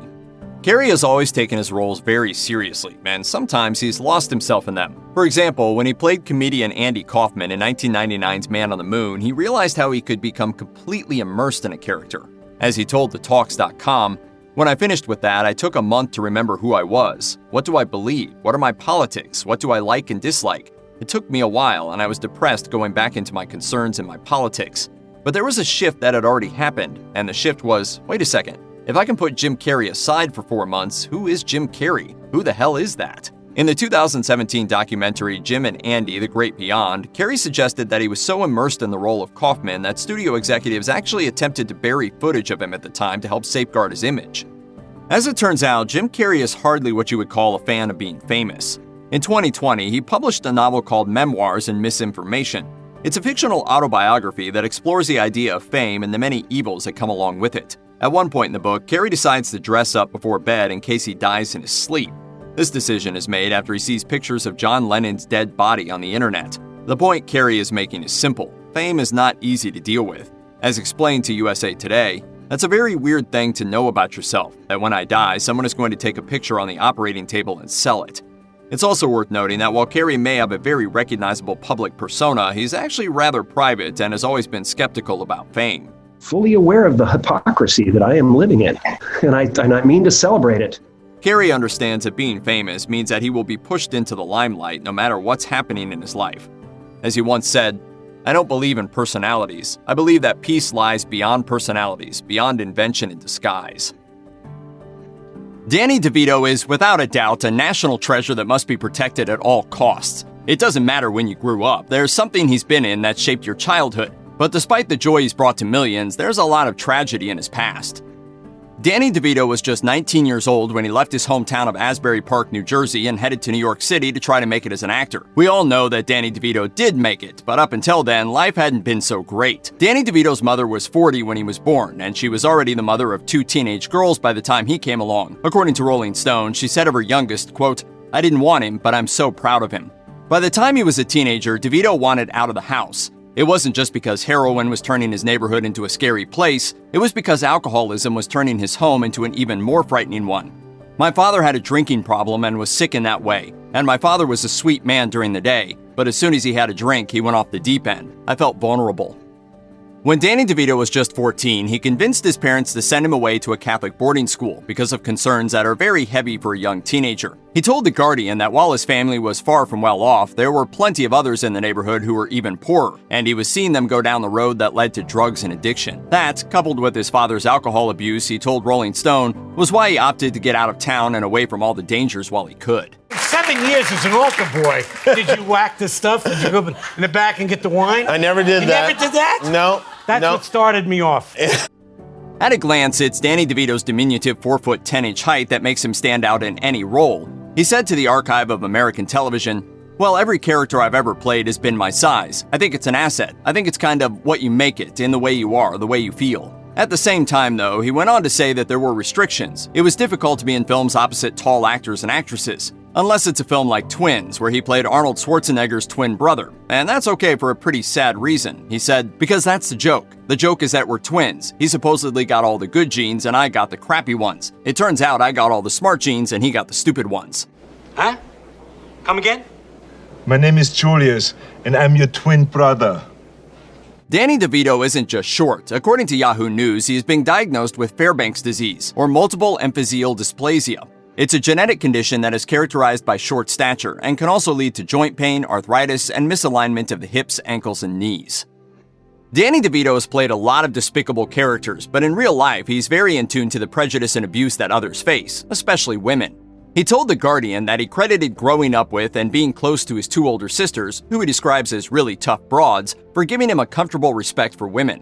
"I'm very friendly with women. I feel comfortable around them. They were always in my house, my sisters, their girlfriends. I felt like I could sit down and talk to a woman." Danny DeVito also said that he's had numerous conversations about the Me Too movement and had this to say, "What I come away with is 4 words. Women must be heard. We're all suffragettes. We got to get women equal pay. We got to get them on the map. We got to respect them." Danny DeVito's father passed away in 1984, and in 2012, Danny wrote a moving tribute for Father's Day. He remembered that his dad had made the jump from owning a business to working from home, becoming a bookie who took bets on horse racing. For DeVito, it was incredible. "I loved it. I could see him whenever I wanted. If you have a father who wants to spend time with you, which mine did, then you're really fortunate. I owe a great deal to my father in terms of him always being there." He credits his father for teaching him to always be prepared no matter where he was going. He talks about, quote, "that rush of being with your dad, of going to the movies together, of going fishing." He said, "I still miss him. There's that emptiness that you have to take with you, but that's part of being human." Sadly, DeVito also adds that his father never got to meet his grandchildren. He passed away just after he saw his son get married. They may not have had the easiest relationship, but they clearly loved each other, and there's no expiration date on grief. In 2012, one of Hollywood's great long-lasting marriages came to an end. Rhea Perlman and Danny DeVito were done. There was a ton of speculation about the cause, and regardless of what went on behind closed doors, a 2013 interview with The Guardian showed just how broken up Danny was. Rhea and me, we're going okay. We're still good buddies. We talk all the time. We're okay. However, the interviewer then described DeVito as losing, quote, a little of his pluck and reaching out for a big, long hug. As of 2019, the couple was still separated, though not divorced. Danny and I have always loved each other, and we have 3 amazing children together, and we really agree on almost everything important. She went on to say to People, it was a hard transition, but everything smoothed out. Everybody's got a good relationship with Danny and with me and each other. That's all we care about. And as for DeVito, he told People, quote, we're friends, we're happy, everybody's happy. Relationships are complicated, even the ones that seem like they'll last forever. Liza Minnelli was born in one of show business's royal families, and she then went on to become a major star in her own right. She may be larger than life, but her life has also been filled with real struggle on a very human scale. Minnelli was born on March 12, 1946, the daughter of Judy Garland and director Vincent Minnelli. That might sound like a ticket straight to stardom, but it came with a ton of baggage. Hollywood's mistreatment of Garland is the stuff of legend, and years of abuse left her in a fragile mental and physical state from a young age. Once Minnelli was old enough to help, she became responsible for her mother. While Garland struggled with addiction, her daughter kept an eye on her. As Minnelli's first husband, Peter Allen, once explained to Rolling Stone, when she was a kid, a doctor told her that Judy could not take more than a couple of Nembutals a day, that more might kill her, but that she had to believe she was taking more, so it was up to Liza to empty out more of the capsules and fill them with sugar. According to Minnelli, it was a normal thing for her mother to lock herself in the bathroom after announcing that she was going to overdose. But Minnelli insisted that she just wanted attention. There were good memories, and Minnelli did love her mother, but the struggles affected her into adulthood. As she told Rolling Stone, she could be a terror. I got used to her tantrums, scenes, though now I still can't stand to hear anybody yell. I can't stand temperament. Screaming, fighting, I will run from it at any cost. By the late 60s, Judy Garland was destitute and supporting her family by performing in bars for $100 a night. By the time Minnelli was 21, she'd been kicked out of hotels for an inability to pay, and she'd also been homeless, sleeping in Central Park and on the Plaza Fountain. As she recalled to Rolling Stone in 1973, a lot of times we had to sneak out of hotels because she was out of bread, and she would make an incredibly funny game out of it. We would put on all the clothes we could, about 5 layers, and just walk out, leaving the rest laughing. Moma'd say, oh hell, I needed a new wardrobe anyway. When it came to starting her own career, Minnelli was on her own, as she talked herself into an off-Broadway musical. She got some experience touring with her mother as a governess and self-described crying towel. When it came time to set out on her own path, her famous background was her biggest obstacle. As she put it to Variety, the hardest part was getting to be known as myself, as opposed to somebody's daughter. Judy Garland died in 1969 at the age of 47. The official cause was an overdose of barbiturates. That left her 23-year-old daughter to grieve her mother's untimely death in a very public place. She permitted herself to cry only once, in the car on the way to Manhattan after receiving the news. Minnelli then stood up to the massive pressure to have a very public funeral, as she instead decided it was going to be a private ceremony, with only yellow roses and help from an MGM makeup man who'd previously worked with Garland. Minnelli was also confronted with a daunting realization, as everyone was going to be writing a book about her mother and telling their versions of stories that she didn't necessarily agree with. And that's when she knew that she had to set the record straight with her own book, written as only a beloved daughter could. Was she a good mother? The best. On March 4th, 1967, the New York Times ran a tiny blurb about Liza Minnelli's very private first marriage to singer-songwriter Peter Allen. It was a rocky union, and there were a few reasons for that, including the fact that he was gay. There was more to it, though, and when Minnelli shared some of the behind-the-scenes details with Rolling Stone in 1973, she revealed that one of the biggest conflicts they had as a couple was that her career was taking off, and his wasn't. She was, after all, riding high on the success of Cabaret, and that was tough for Alan to deal with. At the time, as Minnelli saw it, women were still very much groomed to believe that they needed to get married and settle down. But that life wasn't for her, and even though Alan was always a good friend, her success got in the way. As she put it, "You're married. A guy's career goes well, swell. But the girl's does and his doesn't, and it's panic time." He'd say, "You never come home anymore to cook supper." I'd say, "I have to work to make the money to buy the food to cook the supper." He'd say, "I'm the man. I should be making the money to buy the food." Their marriage ultimately ended in 1974. Minnelli has experienced multiple miscarriages, details of which are understandably scarce. But when she was interviewed by The Guardian in 2008, she mentioned one of the babies that she'd lost. She revealed that she's unable to eat before performing, as she elaborated, "I have a hiatal hernia, which I got when I was pregnant, and they put me upside down, trying to hold the baby, and the baby passed away anyway." Minnelli quickly changed the subject in that interview, but she has spoken about how much she regretted never having children, how devastating the losses of her pregnancies were, and how deeply they affected her. Altogether, she suffered 3 miscarriages before accepting that she would never have children. As she told Saga magazine in 2013, "It's one of my life's true regrets."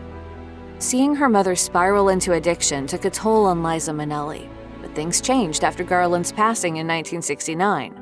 That's when doctors prescribed Valium to help Minnelli sleep, and that's also when her own addiction to pills and alcohol began. She spent time at several rehab facilities over the years, which she's always been upfront about.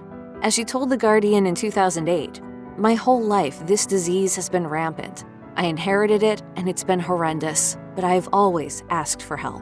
Minnelli didn't take her first drink until she was 30 years old, but afterwards, she fell deeper and deeper into drugs and alcohol. Things got so bad that in 1984, her sister, Lorna Luft, had to effectively kidnap her to save her by borrowing Frank Sinatra's plane to fly her to the Betty Ford Clinic in California. Minnelli has struggled to make sense of her addiction, as she attempted to explain it during a 2006 interview on the Actors Studio. "Nobody would do that if they had seen the things that I had seen, unless they couldn't help it. This is a disease, and the sooner we know that, the better." When concert producer David Guest first hooked up with Liza Minnelli, a ton of rumors flew about, including that he was more interested in her money than her. Nevertheless, they married in 2002, though they split just 16 months later, and it was one of the most dramatic divorces in Hollywood history. Along with the split came a $10 million lawsuit against Minnelli, in which Guest claimed that she'd physically abused him so badly that he had to go to the hospital. As he alleged in an NBC News interview, "She just kept hitting me in the head with her fists over and over and over. The pain was so enormous that I get now 80 shots around the head to deaden the nerves." Guest also claims that the attacks left him suffering from headaches, vertigo, insomnia, and hypertension, and that he needed 11 daily medications to deal with the pain. Minnelli countersued and accused Guest of stealing from her, while also claiming that living with him left her afraid for her life, as she alleged that he'd been poisoning her. Divorce proceedings continued for about another 4 years and ultimately ended with a no-fault divorce and Minnelli swearing that she was never going to get married again. Indeed, during a 2012 appearance on Access Hollywood, she quipped, "If you even hear I'm getting married, hit me over the head and take me out of there." I don't know if you want to talk about this, but I was at your wedding. Which one? I hope the last one. Oh, you bet it was. Having a best friend can make life complete, and for Liza Minnelli, that best friend was the fashion designer Halston. They had a fantastic working relationship, as he designed her most memorable clothes, and she was always front and center if he needed a model. As she declared in the 2010 documentary Ultra Suede, In Search of Halston, "He was my big brother. I loved him. I trusted him." That he single-handedly changed American fashion. Minnelli has had nothing but praise for Halston and has said that some of the best times she spent with him involved just hanging out, grabbing a bite to eat, and listening to each other. But tragically, their time together ended way too early. In 1989, Halston was diagnosed with AIDS, and by March 1990, he was dead at the age of 57. Minnelli organized a tribute to him at the Lincoln Center in 1992, in which she described him as tender always, courageous always, challenging always, daring me to be better than I ever thought I could be. I'll miss him always. In the years since, she's been an unfailing protector of his legacy. She's also led the charge in the fight against AIDS and the stigma that goes along with it. She's done a massive amount of charity work and was honored with the International Hero Award in 2003, during which she said, "I will do anything in this fight to help find a cure for this devastating disease. We have a long way to go in the fight ahead of us, and I will always be a part of that battle." In 2000, paramedics were summoned to Liza Minnelli's Florida home. They initially thought that she was suffering from a severe stroke, but it turned out that it was actually complications from something called viral encephalitis, which is contracted through a mosquito bite. Encephalitis is an inflammation of the brain, and severe cases can be life-threatening. Symptoms range from paralysis and seizures to difficulty speaking, hallucinations, and falling into a coma. Minnelli was told that she was never going to walk again, and that she needed to accept that she was going to be reliant on a wheelchair. But despite the dire diagnosis, she had other ideas, and ultimately made a full recovery. It was anything but easy, though. As she told The Guardian in 2008, "I had to learn to walk again, had to learn to talk again. People don't usually recover like I recovered, but I would not give up. I was lying there, scared, and my father always told me, the way you do something is you think about it. I really worked to get back. Most people don't come through it." Where there's a will, there's a way. If you watch Liza Minnelli dance, you'll swear she was born to do it. But it's taken a severe toll on her, and she's had to undergo numerous surgeries and procedures to stay on her feet. As she told Saga magazine in 2013, "I'm Dorothy's daughter up top and the Tin Man down below." And that's hardly an exaggeration. Her problems go back a long way, and for a while, she didn't even realize that she was unconsciously adjusting the way she walked and moved to relieve the pain of scoliosis. In fact, she only noticed it when she saw someone impersonating her and her distinctive walk. In 2014, she had to undergo back surgery. She's also suffered from crushed discs in her back, and she's had 2 hip replacements and a knee replacement. But true to form, less than a year later after that knee replacement, she was once again dancing every day. My name is Liza. Liza. Charlie Chaplin was one of the world's greatest filmmakers, and he was also blacklisted from Hollywood and exiled from the United States. Turns out, the real life of this slapstick legend wasn't very funny at all. By the end of the 19th century, Charles Chaplin Sr. was one of the hottest talents on the British stage. A comic singer, Chaplin Sr.'s star was rising even as he was settling down with his wife and fellow vaudeville star Hannah Chaplin. In 1889, the pair welcomed a child who they named Charlie Chaplin Jr. The young Charlie's life was anything but easy, however. When he was just 1, his father walked out on the family, taking their means of support with him. Hannah and Charlie were plunged into grinding poverty, which Chaplin Sr. did nothing to alleviate. At the height of his fame, Chaplin Sr. was arrested for failing to provide for both Charlie and his other son, Sidney. Drinking was also a serious problem among vaudeville stars in the 1890s, and Charles Chaplin was a booze hound like no other. By the time Charlie was 12, his father was dead, killed by his addiction to the bottle. Despite their destitution, Hannah managed to keep a roof over her son's head, even entertaining him by performing old vaudeville routines. It could have even been a poor but happy childhood. Sadly, fate had other ideas. Always fascinated by his mother's vaudeville career, Chaplin was mimicking her routines by the age of 5, and although he would soon take to the stage himself, the circumstances were anything but happy. Charlie's first performance took place during one of Hannah Chaplin's shows. He was watching from the wings when halfway through a song, his mother lost her voice. The stage manager panicked and shoved Charlie out. He then proceeded to stun the audience with his own routine. In a kinder world, this moment might have marked the beginning of better times for the Chaplins. Instead, it was the beginning of their nightmare. It quickly became clear that Hannah's vocal issue was merely the first outward sign of her rapidly declining mental health. As she and the children continued on in poverty, Hannah drifted further from reality. Eventually, she was institutionalized, and Charlie and his brother were thrown into a workhouse. Charles Chaplin Sr. was still alive at the time and briefly agreed to take the boys in, but it didn't last. Charlie wound up spending so much of his childhood in the workhouse that he only ever received 6 months' worth of schooling. For the first 12 years of Charlie Chaplin's life, Charles Chaplin Sr. seems to have had fleeting pangs of conscience in which he tried to help out his son, even if those pangs quickly dissipated. One such moment came in 1897 when he got his son into a clog dancing troupe to make ends meet. Even this is uncertain, however, and other sources claim that Hannah Chaplin's sympathetic showbiz contacts arranged the gig. Sadly, this wasn't to be Charlie's big break. The so-called 8 Lancashire lads went nowhere, and Charlie was forced to scramble for work to survive, which meant taking on an endless parade of day-to-day jobs. Charlie would later claim he had been a newspaper vendor, a toy maker, a printer, a doctor's boy, and much more. It wasn't until the 20th century that he was able to move back into vaudeville, and it wasn't until 1908 that this became a viable career. Signed to play the drunk in a comic sketch for Fred Carno's pantomime troupe, Chaplin eventually toured America. Evidently, America liked what it saw. In 1912, producer Max Sennett signed the young comic to appear in motion pictures. This time, Chaplin's big break was real. Stanley Kubrick's name may be the byword for artistic perfectionism to the point of insanity, but before Kubrick, there was Charlie Chaplin. After Max Sennett signed Chaplin, the young comic star exploded. He made 35 films in 1914 alone, and by the second film, he'd created his famous tramp character. By the 11th, he was directing. By 1915, he'd signed to S&A Studios and was given his own production unit, and by 1916, Chaplin was with Mutual Films, where he had complete creative freedom and the largest salary in Hollywood. So it's fair to say that things were going well for Chaplin, and they would continue to do so for the next few years. But this was also the period in which Chaplin the autocrat emerged. It would be the world's first real glimpse of the tortured and driven man behind the genius. Known as the most demanding man in Hollywood, he would reshoot scenes hundreds of times, and rather than actually directing, he'd act out everyone's role for them to show them how it should be done. I know this, that I'm very uneasy if other people do it for me.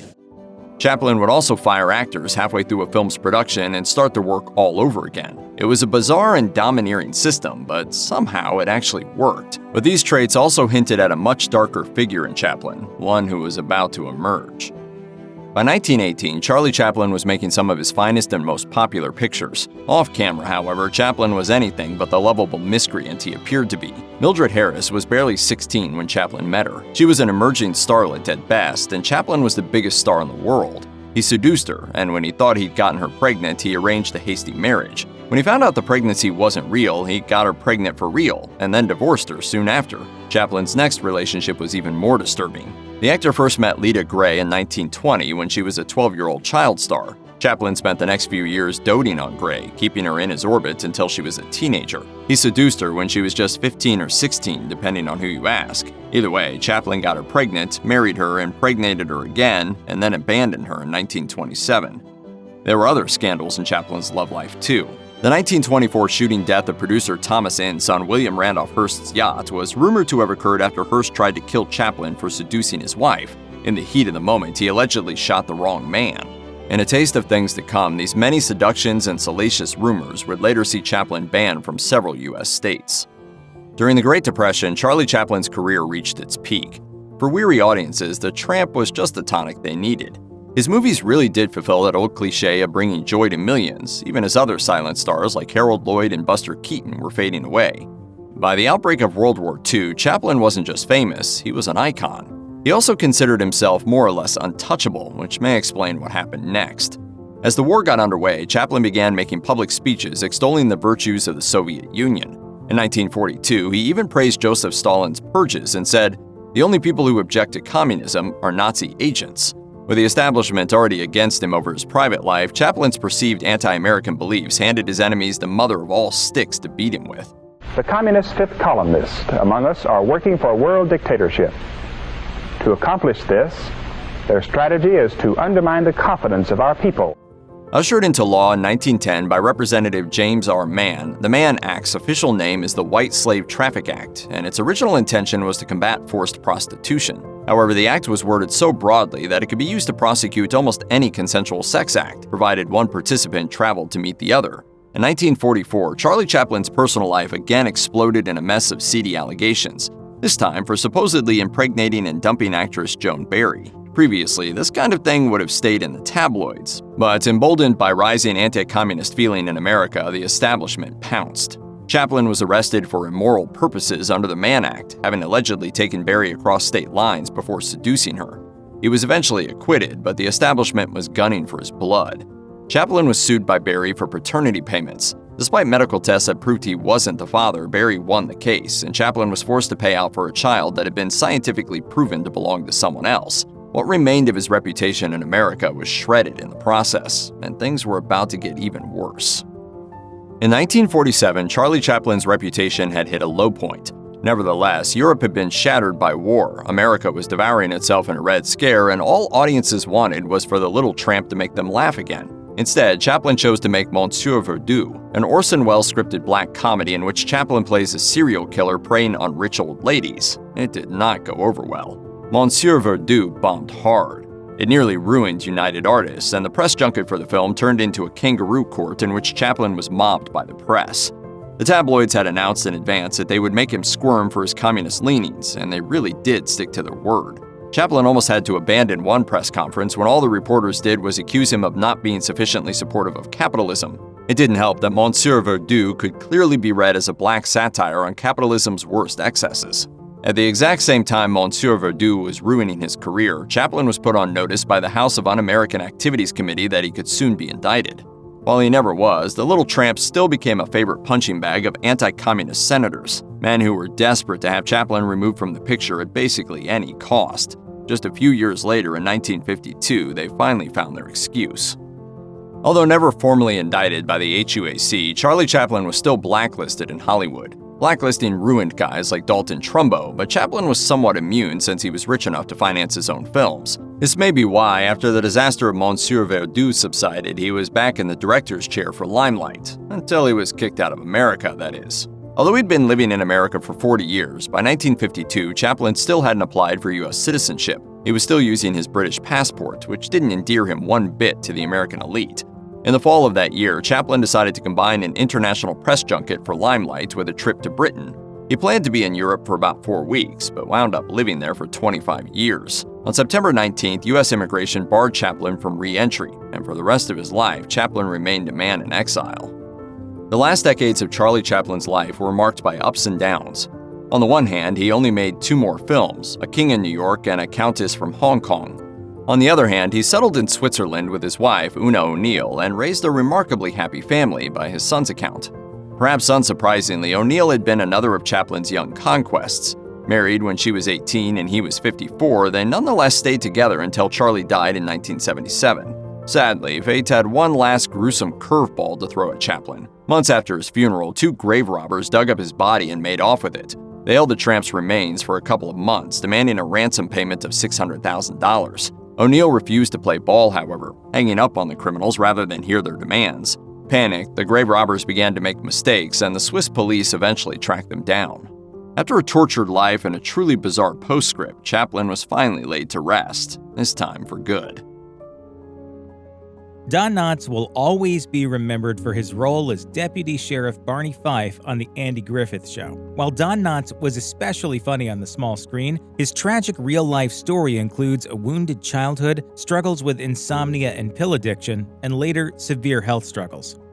Jesse Donald Knotts was born in Morgantown, West Virginia in 1924. When Knotts' brother-in-law Daniel DeVito did a deep dive into Knotts' childhood in his book Andy and Dawn, The Making of a Friendship and a Classic American TV Show, he wrote that Knotts' childhood was horrible. Knotts was an accidental child that came along 14 years after his next closest sibling. His 2 older brothers shared their bedroom with the family's various boarders while Knotts slept on a cot in the kitchen. His father, Jesse Sr., was mostly bedridden by the time Knotts was born. Closer Weekly says the elder Knotts was a schizophrenic alcoholic, while the New York Times adds that he also suffered from hysterical blindness. Abuse was a regular part of his childhood. Around age 30, Knotts' mother, Elsie, asked him if he remembered a horrifying confrontation where his father had threatened him with a knife. In order to get from his kitchen bedroom to literally anywhere else, Knotts needed to walk through the living room and past the sofa where his father spent most of his time. Sometimes a young Don would sneak by. Otherwise, it invariably ended with threats. It's no wonder then that as a young boy, Don Knotts was already pale, thin, and was regularly sick.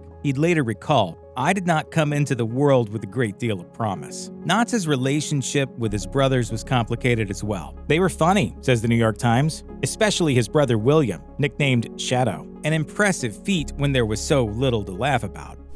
And I think it was probably because of him that I really got interested in comedy myself. But there was more to it. Knott's daughter Karen would later tell Closer Weekly that her father was mistreated by his brothers too. They were often drunk and fought until Shadow tragically died after suffering an asthma attack. Knott's was only a teenager at the time. It's difficult to imagine growing up in that kind of environment with that kind of fear, and Don Knotts had a deep desire for happiness. He later revealed some of the coping mechanisms he used, saying that he managed to find some comfort by filling my space with imaginary characters with whom I would act out some happy drama. Things started to improve as he entered his teenage years. His daughter Karen told Closer Weekly, when his father passed, he was 13 years old. At that point, that burden, that huge burden, lifted off him, and he became old enough that he was able to get the other brother under control, so he was no longer terrorized at home. She also recalled that once her father entered high school, he really started to come into his own. He was class president, he had a yearbook column, he was popular, and he had a best friend for the first time. But in 1976, he told the Los Angeles Times he had a slightly different view of his youth. "I felt like a loser. I was unhappy, I think, most of the time. We were terribly poor, and I hated my size." It's perhaps not entirely surprising then that it was during Don Knotts' early teens that he turned to a friend named Danny. Who was Danny? A ventriloquist's dummy. And with the dummy, he started performing. There's an oft-repeated rumor about Knotts that says he was once an incredibly strict Marine Corps drill instructor. That's balderdash, and it also ignores his actual military service. According to the New York Times, when World War II rolled around, everyone was convinced that the military wouldn't take such a sickly, undernourished man. But they did, and they found the perfect place for him. Knotts toured the Pacific Front as a member of the comedy troupe Stars and Gripes, who were tasked with entertaining the troops, and he also worked as a nurse when those services were needed. It was while he was in the military that he caught the eye of another, older comedian named Red Ford. Ford's comments stuck with him, and he would remember what he said years later. "You know something? You're a funny little son of a bitch." By the time he was out, he wasn't a ventriloquist anymore. He had moved on to other types of comedy, and according to Appalachian Talk, he threw his dummy Danny off a ship while he was somewhere in the South Pacific. After the military, and after graduating from West Virginia University in 1948, Don Knotts headed for New York City. He had $100 in his pocket, according to the LA Times, and his career started out like many. He was rejected. He was turned down for a series of radio gigs, then landed a spot on a soap opera, but it took 7 years before he got a role on Broadway, some attention, and a co-star that would become a lifelong friend. That co-star was Andy Griffith, and the play was a comedy called No Time for Sergeants. From there, he started making a reputation as the perfect person to play a certain type of character: nervous, anxious, and non-threatening. And here's the thing. The New York Times says that he absolutely stole some of the material he was doing, and those he stole from were largely fine with it. Why? Because the small, thin, nervous Knotts was the perfect sidekick to make others look more manly. So anyone he shared the screen with looked more like a leading man. Well, I mean, any complaints? Anything wrong? With me? Oh, gosh, no. I'm as strong as a bull. It was Don Knotts who went to Andy Griffith and suggested himself for the role of Barney Fife. And according to the LA Times, he was almost joking when he said it. But Griffith absolutely went for it, and it was a match made in TV heaven. Knotts had made it and found the success that most aspiring actors and comedians could only dream of. But not all was well behind the scenes. According to DeVito, Knotts had long struggled with massive feelings of inferiority. Long before he even made it to the small screen alongside Andy Griffith, he would become so distraught that before a performance, he might spend days in bed. In the 1950s, his doctors gave him a prescription for anti-anxiety drugs, to which he became addicted. Wrapped up in his anxiety was hypochondria too, along with chronic insomnia. DeVito says that his insomnia stemmed from a tendency to stay out too late and enjoy the company of too many women. But he also says that Knotts quit all his bad habits with the snap of his fingers. After an accidental overdose of sleeping pills and an ultimatum from his third wife, Knotts changed at least some of his ways. While success did come for the poor boy from West Virginia, Don Knotts' daughter Karen told Closer Weekly that the long, hard years of his childhood definitely left their mark, saying things came back to haunt him. Another part, according to DeVito, was that Knotts had difficulty reconciling his lives. He constantly played characters who were submissive, anxious, nervous, and often the butt of the joke. And at the same time, he'd found more success than he'd ever imagined. Reconciling those two things proved difficult, and DeVito says that Knotts was a good way into his career when he found himself sitting in the office of a Hollywood therapist, screaming and cursing God in an attempt to rid himself of depression, self-doubt, and the lessons of his Bible-loving father. I've never really amounted to anything. My whole life has just been one big failure after another. Still, Knott's daughter Karen remembered he was mercurial. He had a lot of different kinds of moods. He fought a lot of depression, and I helped him, or thought I did, because I could see how he had this endless loop of thought that would always lead to a downward spiral. On a more positive note, she felt that by the end of his life, he had overcome a lot of his past trauma and that he'd worked hard to become a happy person who loved people. There are a few different stories as to why Don Knotts left The Andy Griffith Show. His daughter Karen told Closer Weekly that the work was hard and there were only so many storylines the show could go through. According to the LA Times, though, Knotts had only ever intended on doing 5 seasons of the show when it started, and that's what he did. In 1967, he told them, "The grind gets to you in television, and that's primarily the reason I'm concentrating on pictures." The Andy Griffith Show continued on without him for the most part, though he did continue to make the occasional guest appearance. But the general consensus is that without Knotts, it just wasn't the same. There is a positive here, though, and that's the fact that Griffith and Knotts remained friends. The tragedy, on the other hand, is that Knotts never quite made it in the movie career that he'd been hoping for. After leaving TV, he scored a 5-film deal with Universal. In hindsight, movies like The Incredible Mr. Limpet, The Reluctant Astronaut, and The Ghost in Mr. Chicken were absolutely brilliant. Not only did Mr. Limpet kickstart the idea of mixing animation and live action,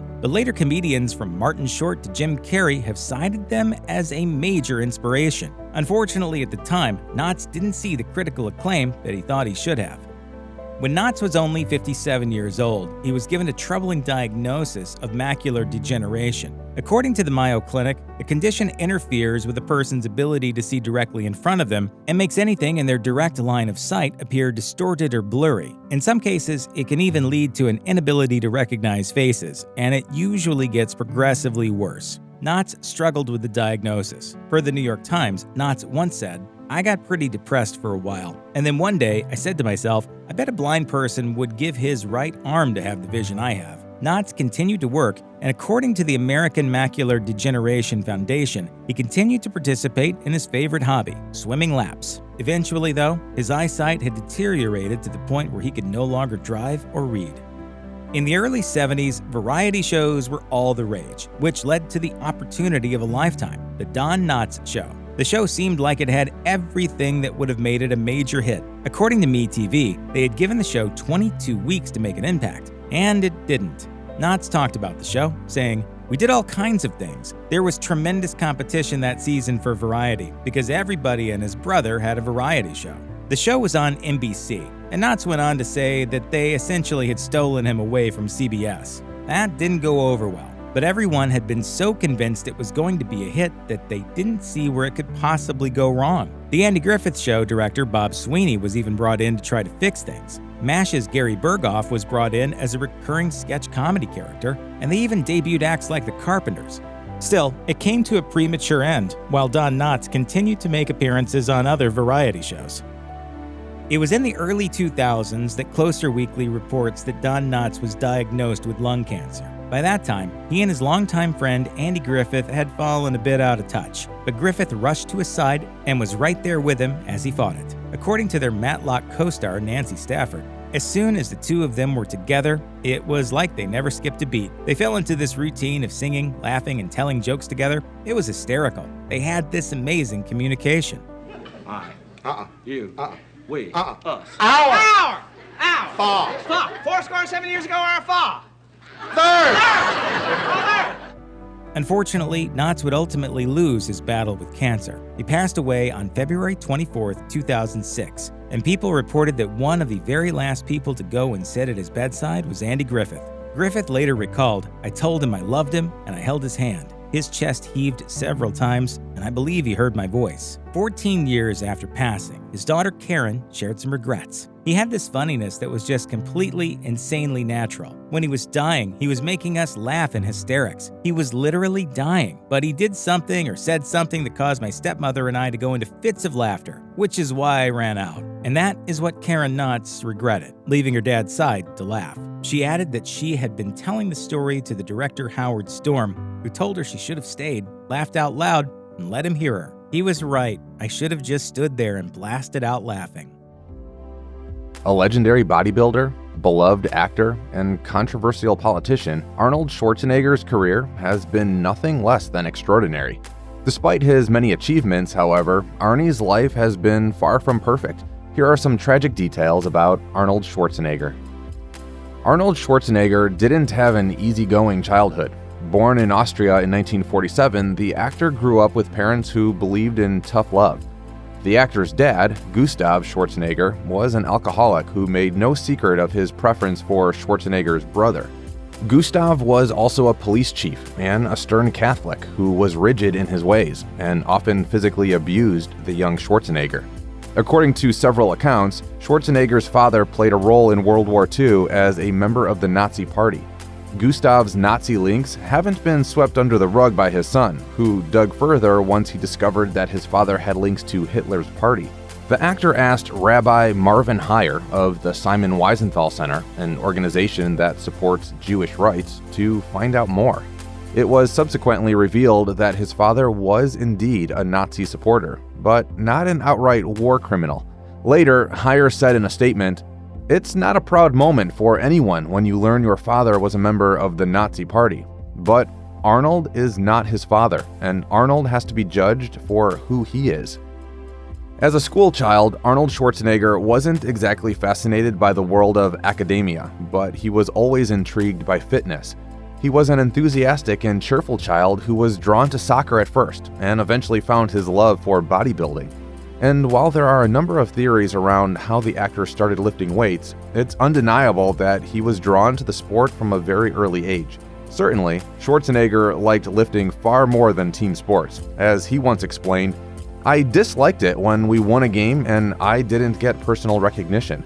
Basically, the young athlete wanted to stand out from the crowd, and he wasn't afraid to work hard for it either, despite his parents' puzzlement at his new obsession. Around the same time, Schwarzenegger also expressed a desire to go to the United States and become an actor, a dream which was met with derision by the young boy's father. That didn't stop Schwarzenegger, however, and he worked hard on his body, training pretty much every single day. Nothing could stop me. I think that comes from growing up the way I did.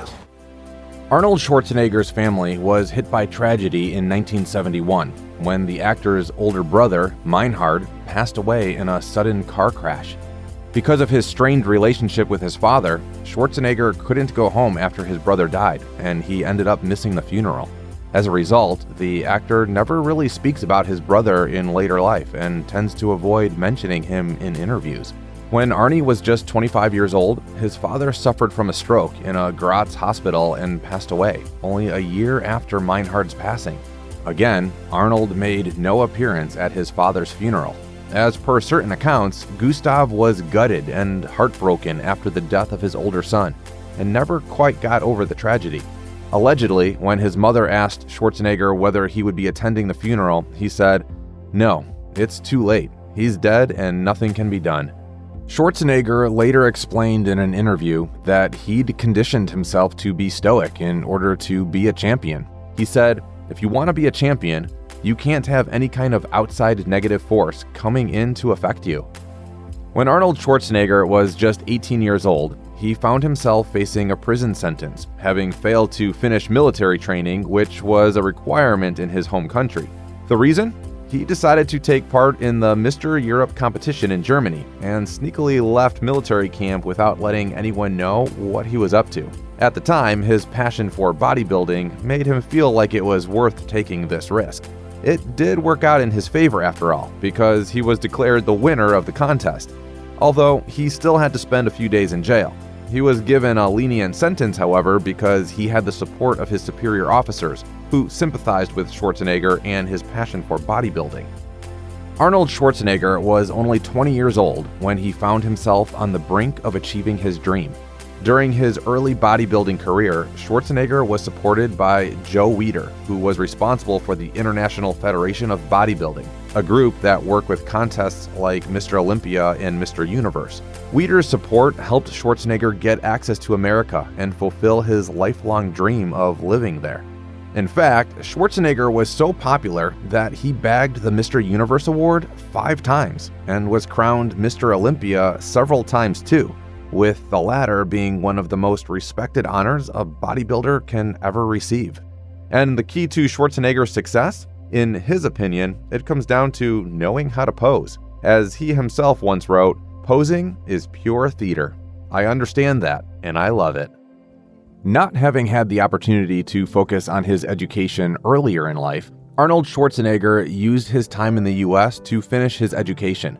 In his 30s, he focused on getting a degree through distance learning at the University of Wisconsin-Madison. The actor received a bachelor's degree in international marketing of fitness and business administration. While Schwarzenegger originally became a member of the university as a guest lecturer, he was given a chance to participate in an extended degree program that allowed him to finish his studies. Most of his coursework happened when he was living in Los Angeles, but he would always ensure that he would come to campus whenever required, including meeting professors and sitting for exams. He was awarded a bachelor's degree in 1979 and even received an honorary doctorate in 1996 for his contribution to sporting events. Schwarzenegger has admitted to using steroids in the past in a bid to aid his bodybuilding efforts. The actor also admits that he didn't have regrets about turning to the drugs back then. He once explained in an interview, "I have no regrets about it, because at the time, it was something new that came on the market, and we went to the doctor and did it under doctor's supervision." He also explained that steroids were legal back then, and it was something he decided to experiment with to see where he could go with them. But he did add that he wouldn't support drug use in general and would prefer to encourage athletes to turn to nutritional supplements and other legal methods if they are looking for a performance boost. Arnold Schwarzenegger is no stranger to mental health troubles. In 2018, the star reached out to a fan with depression who had told Schwarzenegger in a letter that his illness had left him unmotivated and unable to go to the gym. He requested the actor tell him to stop being lazy and go work out. The actor responded, writing, "We all go through challenges. We all go through failure. Sometimes life is a workout, but the key thing is you get up." Schwarzenegger added that it's good to take one step at a time and not hesitate to reach out and ask for help. In the 1970s, the actor had turned to transcendental meditation when he found himself feeling overwhelmed and anxious as he rose to fame. The star once explained that there was a point when he realized he needed to act on it, because even though things were working out for him, he wasn't feeling calm or at ease. Schwarzenegger religiously meditated every day for a year, not easing off until he began to feel better. In 2018, Arnold Schwarzenegger admitted in an interview with Men's Health that he had stepped over the line several times with women. In 2003, 6 women had alleged that the actor had attempted to either grope or humiliate them. Back then, Schwarzenegger denied the claims and claimed that they were meant to defame him as he was on his way to being a governor. He labeled the allegations as nothing more than a political smear. However, in the aftermath of the #MeToo movement in 2017, Schwarzenegger took a step back to reflect on his own behavior. A year later, he apologized for his conduct. Schwarzenegger said, "Looking back, I stepped over the line several times, and I was the first one to say sorry. I feel bad about it, and I apologize." In one of his most notorious scandals, Arnold Schwarzenegger courted controversy when he admitted to cheating on his ex-wife, Maria Shriver, with their housekeeper. In 2011, the star revealed that he had a child with their housekeeper when he was still with Shriver. It's just one of the disaster situations that I've created, and it's the worst thing that I've ever done. The couple parted ways shortly afterwards, having been together for 25 years. The actor said in a later interview, "I had personal setbacks, but this was without any doubt the biggest setback and the biggest failure, without any doubt." Schwarzenegger added that he knew he was the one who messed things up between him and his wife. Shriver and Schwarzenegger did try professional counseling to salvage their relationship, but in the end, nothing really worked. In fact, according to Schwarzenegger, the counseling process had the opposite effect. He himself called it, quote, nonsense talk. The actor also revealed that he did say sorry to Shriver and their children. He then focused on self-reflection, trying to figure out a way forward and develop a genial relationship with his former wife and children. And while he has admitted to knowing how much he hurt Shriver and their children, Schwarzenegger has mentioned in interviews that he remains hopeful for the future. In 2003, Arnold Schwarzenegger entered the world of politics, becoming elected governor of California. He stayed in office until 2011. However, his stint as a politician wasn't exactly a roaring success story, and many groups and individuals found themselves in opposition to the governor's policy positions. Among Schwarzenegger's political enemies were the workers who suffered pay cuts on his account, his Democratic rivals who thought little of his disdain for new taxes, and his Republican allies who demanded he become more aggressive. All in all, Schwarzenegger's tenure was a lonely one, and he struggled to make his constituents happy. As he once said, there were people all the way through, people who were disappointed. By the time Schwarzenegger left office, his approval rating had fallen to 22%, and he was leaving behind a state budget deficit of $28 million. This was a far cry from the beginning of his political career, when he was wildly popular among the public, with some even speculating he could have run for president. For all his confidence and charisma, Arnold Schwarzenegger suffers from a very real and relatable fear: aging. In particular, he has often expressed his desire to stay relevant and keep up with the changing times.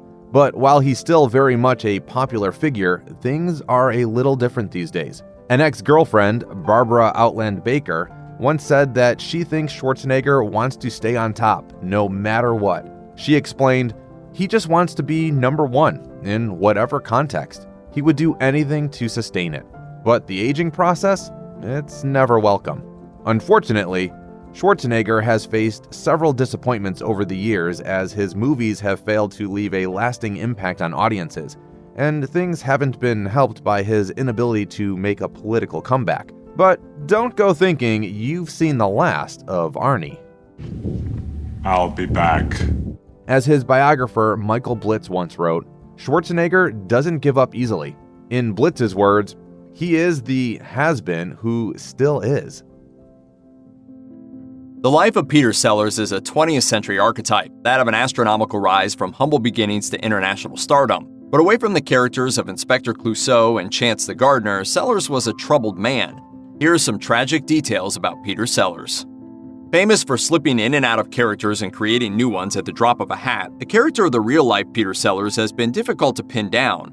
Stanley Kubrick described the naturalness with which he inhabited his roles in classic movies as, quote, a state of comic ecstasy, and his dynamism is shown especially in the film Dr. Strangelove, in which Sellers plays 3 distinct parts. But it has been reported by many biographers that Sellers found his own identity impossible to inhabit. Furthermore, in a 1980 interview on The Today Show, the actor discussed an idea that had recently taken hold that, in essence, there was no Peter Sellers. Sellers claimed that it wasn't entirely true that behind the mask he was an empty vessel. But the topic had recurred throughout his career, and in a famous clip from The Muppet Show, Sellers, who had hosted the show as a range of characters, told Kermit, "There is no me, I do not exist."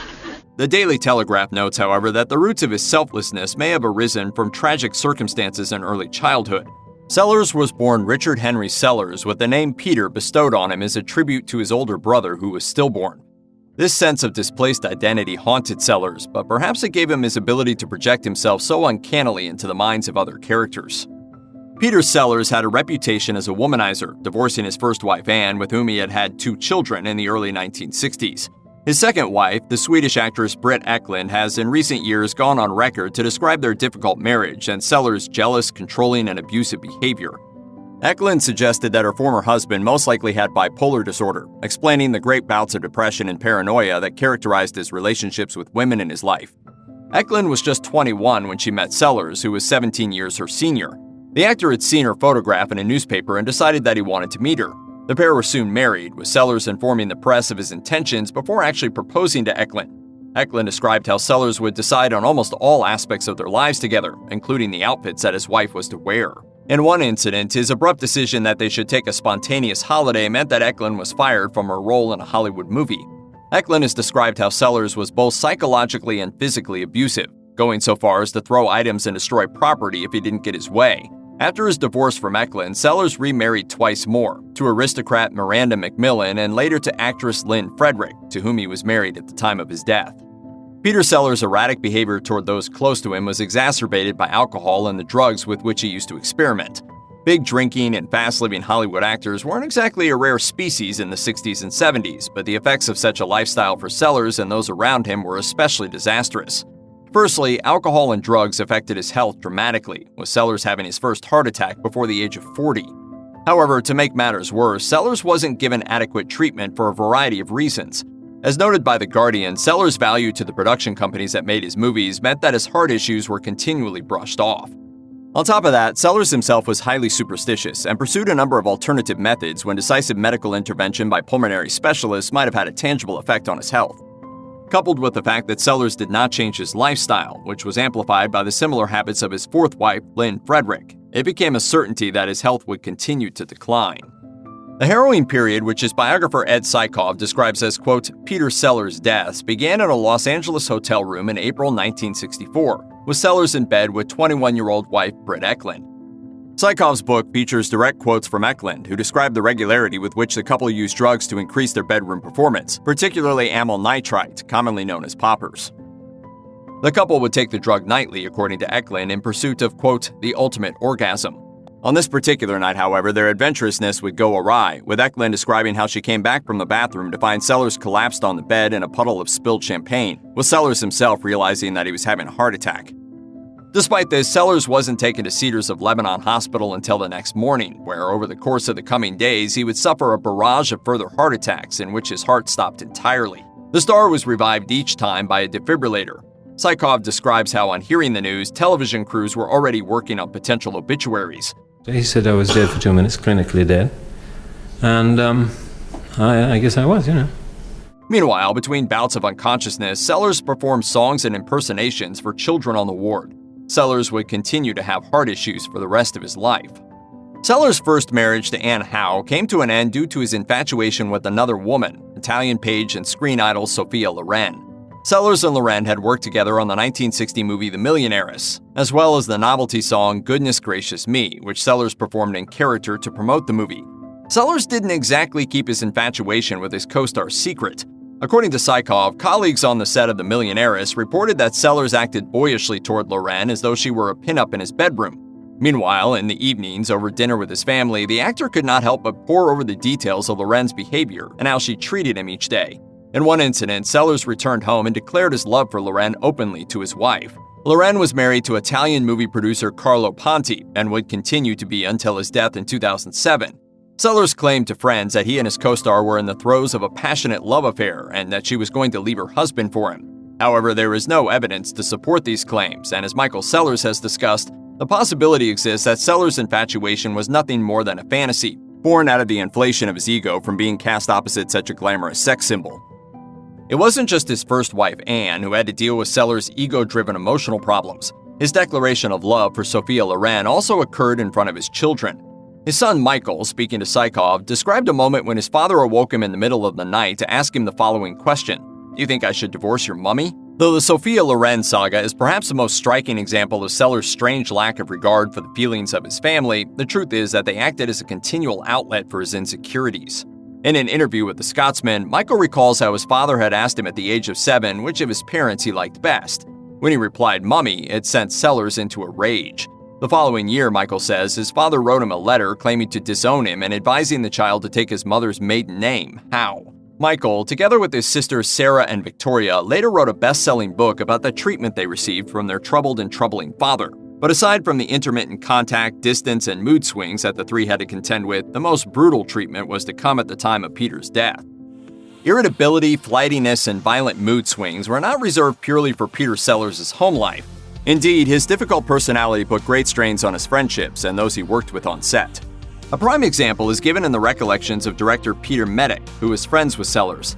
According to The Guardian, the disastrous production of the 1973 movie The Ghost in the Noonday Sun was so fraught with difficulties that it provided enough material for a story of its own, which Maddock finally told in the form of a documentary, The Ghost of Peter Sellers, released in 2018. While arranging to work on a script with Sellers, Maddock was rudely left waiting alone at the actor's house and, having gone to find him, discovered Sellers on his head, naked, performing yoga. The incident is funny on its own, but further ambivalence toward the production on the part of Sellers, as well as tantrums and arguments on set, combined with bad luck regarding poor shooting conditions, meant the movie was never given a theatrical release. Ghost in the Noonday Sun was eventually released on home video in 1985. The official biography on the Peter Sellers website describes him as an obsessive perfectionist, an aspect of his character that accounts for his genius and also partly for his difficult personality. Let's dig it. I thought you said your dog did not bite. That is not my dog. Peter Sellers also had a complicated relationship with his mother, Peg. Peter was spoiled by his mother, which may have been related to the tragedy of Peg losing her first baby. In Tsykov's biography, Sellers' first wife, Anne, describes the dynamic between the pair as being formative for his later relationships with women. Peg remained close to Sellers well into his adulthood and was abnormally protective while allowing his behavior to go entirely unchecked. Some biographers believe this means that Sellers remained infantilized, expecting the women in his life to mother him. While filming the movie The Bobo in Italy in August 1966, Sellers received a phone call that his mother had suffered a heart attack. However, Sellers chose to remain on set, and his mother died within days. Her death affected Sellers deeply. In 1980, 16 years after his first heart attack, Sellers' heart finally gave out. The scene once again was a glamorous hotel. According to Roger Ebert, Sellers was staying at the Dorchester Hotel in London at the time of the attack. He was taken to London's Middlesex Hospital, where his condition worsened dramatically. Sellers passed away at 6:28 p.m. on July 24th. By his side was his second wife, Britt Eklund, and their daughter, Victoria, as well as his fourth wife, Lynn Frederick, to whom he had been married for only a few years. A number of tragic details have emerged surrounding Sellers' death, apart from the relatively early age at which he passed away. Firstly, Sellers had been taking steps to reconcile with his children, as is indicated by the presence of one of his daughters at his death.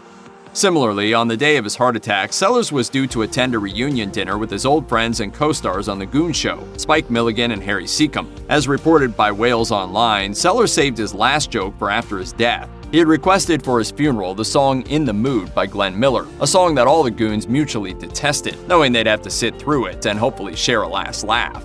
One of the most contentious events of Peter Sellers' life occurred in fact after his death, and so did one of the most tragic side stories.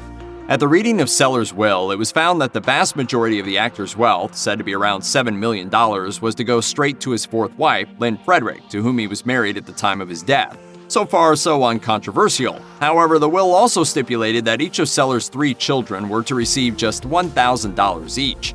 At the time, it seemed like a final rebuke from the erratic and emotionally troubled star, although evidence exists in the form of a recently unearthed letter that Sellers was attempting to change the beneficiaries of his will at the time of his death. Frederick declined to provide Sellers' 3 children with any more of his fortune than was allocated to them in his will, despite the pleas of Sellers' friend Spike Milligan, says Tsykov. His book also details how, struggling with addiction, Frederick died on April 27, 1994, aged just 39. James Dean took a hold of America in a way most heartthrob wannabes only dreamed about. Little did everyone know how real his struggle was. It was only after he died that America and the world really embraced Dean's hard work. This is the tragic, real-life story of James Dean. James Dean was born in Marion, Indiana in 1931 to Mildred and Winton Dean. Winton was a dental technician, a job he found rather dull. When James was about 3, the family moved south to Fairmount, where Winton decided to take up bullfrog farming, according to biographer David Dalton. But the farm failed and the Deans returned to Marion, before deciding on their next adventure by relocating to Santa Monica, California. In 1938, though, Mildred Dean was diagnosed with cancer, passing away 2 years later. At age 9, James found himself riding a train back to Marion with his mother's coffin. Being back among family gave James time to work through his grief and resume his childhood, working on the family farm. He also attended high school, pursuing sports and drama classes, graduating in 1949. Dean returned to California and majored in drama at UCLA. In 1950, a classmate, James Bella, talked him into being an extra for a Pepsi-Cola commercial. It was Dean's first appearance on television. Soon, he was off. Moving to New York, Dean was accepted by the Actors Studio under Lee Strasberg. And in 1951, Dean landed his first role as John in a family theater episode titled Hill No. 1. A series of similar roles carried his career through the early 1950s, but he had his eyes on bigger prizes. In James Dean Tomorrow Never Comes, biographer Darwin Porter claimed the actor became a typical Hollywood playboy who, quote, would sleep with anybody to get ahead. Women he reportedly bedded included Joan Crawford, Judy Garland, Marilyn Monroe, and Elizabeth Taylor, all starlets with whom it didn't hurt to be seen with in public. Dean did have one more serious relationship with actress Pierre Angeli, whom he met when he was filming his first movie, East of Eden, in 1955. But when the couple separated to work on respective projects, Angeli began dating singer Vic Damone and announced her engagement to him. Supposedly, a brooding Dean sat astride his motorcycle outside the church at the wedding, speeding away as the newlyweds came out. Hollywood's rumor mill began churning out stories that Dean was gay or bisexual. Some of the rumors might have dated back to 1954 when he played a gay character in the play The Immoralist. When asked whether he believed Dean was homosexual, however, writer Hal Hackaday responded, "I never heard anything like that." Biography also acknowledges that Dean's sexuality has been a matter of debate. Filmmaker and author Kenneth Anger is best known for concocting mostly fictitious claims of sordid scandals in his book Hollywood Babylon, where he made wild assertions claiming Dean was, quote, kept by an aging TV producer, among other things. As a result, these rumors about Dean have become an urban legend attached to his legacy. James Dean was the epitome of the moody, tortured artist. You're tearing me apart! As reported on RealUnexplainedMysteries.com, Dean became known as the little bastard on set due to his rebellious nature, sudden mood swings, and disruptive behavior. According to Dean's friends Lou Bracker and Phil Stern, Jack Warner of Warner Brothers gave Dean the nickname for refusing to come out of his trailer while filming East of Eden. At the time, Dean was also developing a taste for speedy sports cars with hot rod engines. Warner had forbidden him from racing during filming. In retaliation, when Dean bought his infamous Porsche Spyder 550, he had Little Bastard painted on the vehicle. Giant began filming in May of 1955, after James Dean had already had starring roles in 3 television shows and another movie, Rebel Without a Cause. The actor was buying more and more cars and even began racing professionally. According to biographer Don Graham, as Giant started filming, director George Stevens made sure Dean's contract prohibited racing. But that didn't stop Dean from purchasing the Porsche Spyder 550 on September 21st. Stevens warned Dean that he was going to kill somebody with that car. George Perry, author of James Dean, wrote that Stevens told Dean, "You can never drive this car on the lot again. You're going to kill a carpenter or an actor or somebody." On September 30th, Dean set out in his Spyder for a race in Salinas, California. With him was mechanic Rolf Wuthrich. Dean received a speeding ticket, and about 2 hours later, Dean saw another car making a left turn onto the road. According to Wuthrich, Dean told him, quote, "That guy's got to stop." Instead, the 2 vehicles crashed head-on. Wuthrich was thrown from the car and survived, while the other driver, Donald Turnipseed, escaped with minor injuries. Dean was trapped in the car as it spun in the air before hitting the ground. He was pronounced dead upon arrival at Paso Robles War Memorial Hospital and is buried in his home state of Indiana. Dean's Spyder was briefly put on display before generating stories about a curse, which resulted in injuries and deaths of the owners. The car itself was in transit when it mysteriously disappeared in 1960, but a Fox Sports report in 2015 identified a man, Sean Riley, who believed his father and others, including Batmobile creator George Barris, hid the car in Washington state. Though Barris later claimed he did indeed own the vehicle, its whereabouts remain unknown. Dean received Best Actor Oscar nominations in 1955 and 1956 for his roles in East of Eden and Giant. And posthumously, a whopping 23 books and 14 movies have come out about the actor, according to Internet Movie Database. And that doesn't include the times the icon has been portrayed in other films. In 1996, he was remembered on a U.S. postage stamp, and his hometown of Marion, Indiana, celebrates his life each September with a festival, including a Dean lookalike contest, and of course a showing of Dean's movies. Chris Epstein, author of the Birthplace book, a guide to birth sites of famous people, places, and things, writes that visitors can check out the Fairmount Historical Museum, which displays the pants Dean wore in Giant, as well as the speeding ticket he received the day he died. While Clint Eastwood may appear to be a success story to his fans, he's experienced a number of hardships in his life. Here are the tragic details about one of Hollywood's most enduring icons. Clint Eastwood was born to his parents Clinton and Ruth Eastwood in 1930 during the Great Depression. Eastwood's family was financially sound, but did have to confront difficulties during that period. Basically, the Eastwoods had to shift base several times thanks to Clinton Sr. and his work demands. This meant that they had to adjust to an uncertain life for a large chunk of the actor's early years. In fact, Eastwood later claimed to have gone to 10 schools as a child, but he didn't complain too much. Additionally, Clinton Jr. was a shy kid who didn't easily open up to his peers, so he wasn't at all pleased when he was pressured into being part of a school play. He later recounted that although the experience freaked him out, the play did help him get over his chronic shyness. Barely out of high school, a young Clint Eastwood was in for a surprise when he was drafted into the U.S. Army during the Korean War. At one point during his time in the Army, Eastwood was on a plane back to San Francisco with an Air Force pilot friend of his when the aircraft malfunctioned and ultimately crashed. As Eastwood told The Hollywood Reporter, he nearly lost his life during the incident. Eastwood later recalled, "What was going through my mind was just a stark fear, a stark terror, because in the first place, I didn't know anything about aviation at that particular time. I was just hopping a ride." After they made a water landing, Eastwood and the others had to swim to safety. It was a traumatic experience overall. Clint Eastwood wasn't always a star, and when he first started his journey in the entertainment industry, he had to fight hard to get parts in films. In fact, his first role wasn't even credited. It was in a movie titled Revenge of the Creature, in which Eastwood played an unassuming lab technician. Eastwood took on more minor roles afterward, trying to stay afloat. At the same time, the actor was juggling several odd jobs to get by and make a living for himself. In an interview with The Hollywood Reporter, Eastwood recalled, "I worked at a Texaco station right next to General Service Studios on Santa Monica Boulevard, and I managed an apartment house that I was living in to get the rent knocked down." On top of all that, he was booted by Universal Studios, which dropped his contract a year and a half after he started working for them. This was, of course, a major setback for Eastwood, who was trying his best to get more significant roles. I was commonly known for the genre of films that I had started out with.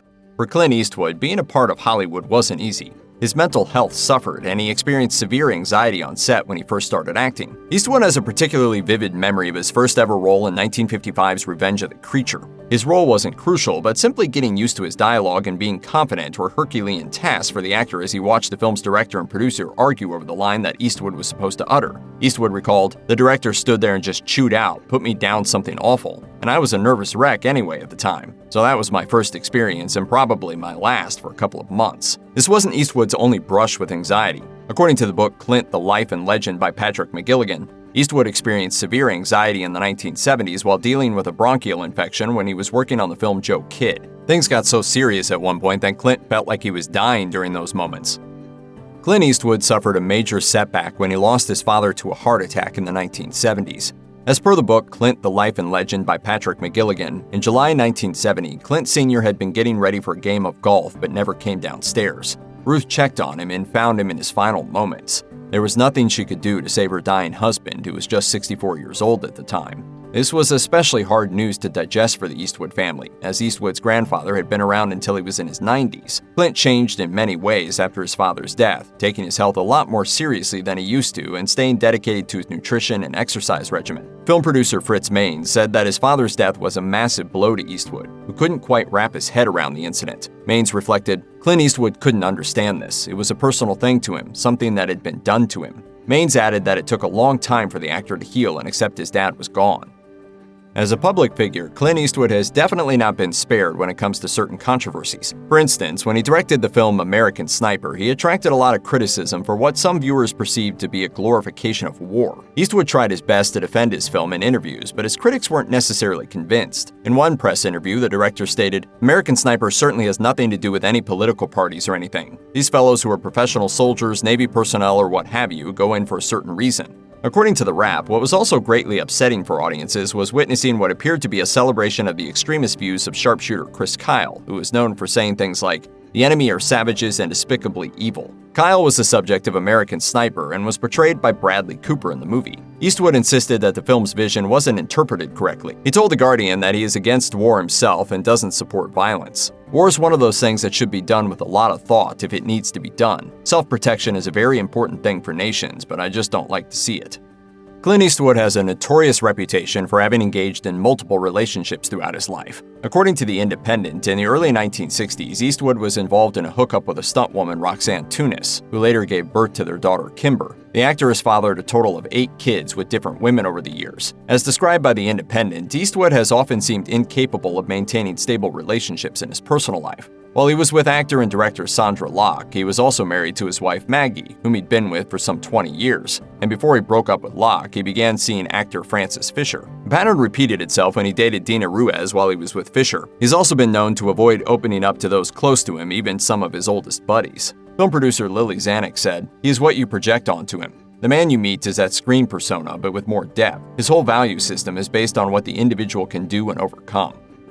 According to a report by Showbiz Cheat Sheet, Clint Eastwood was forced to deal with a tragic event while filming one of his movies, 1975's The Iger Sanction. The crew had an accident while working on the film and a mountain climber was killed. Another crew member survived, but with serious injuries. It was a tough call to make, but Eastwood decided to resume filming at that point despite the difficult circumstances. When The Iger Sanction was finally released in theaters, it received mixed reviews. As for the accident itself, here's what happened. Experienced mountain climber David Knowles was working as a stunt double in the film, and the crew needed a few extra shots for a sequence. Knowles decided to finish the job with another mountain climber, Mike Hoover. While the duo succeeded in getting the shots, they weren't prepared for what happened next.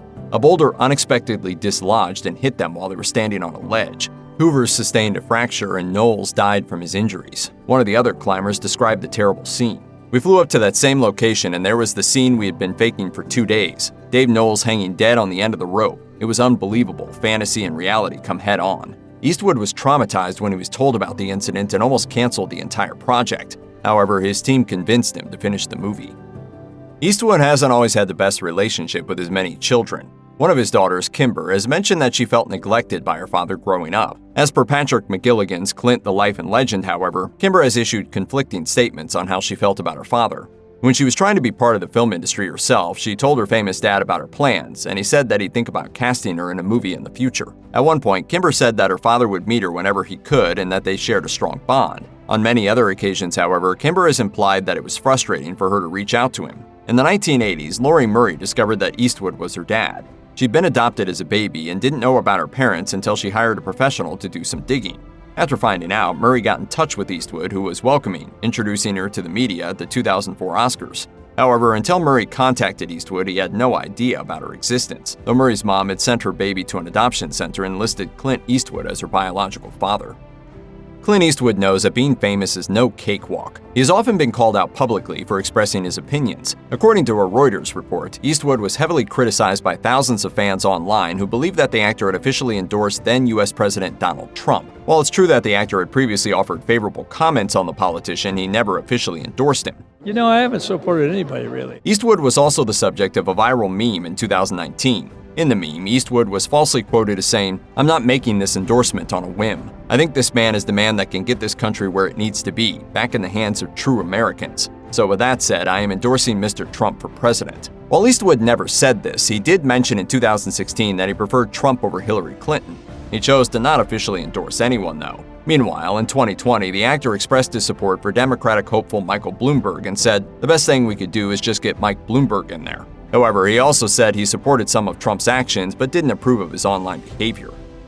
Patrick McGilligan's book, Clint, the Life and Legend, notably painted Eastwood in an unflattering light, stating, among other things, that Eastwood was perceived to be a bit of a control freak. According to the Chicago Tribune, the actor was known for terminating contracts with employees if he felt that they were undermining his authority.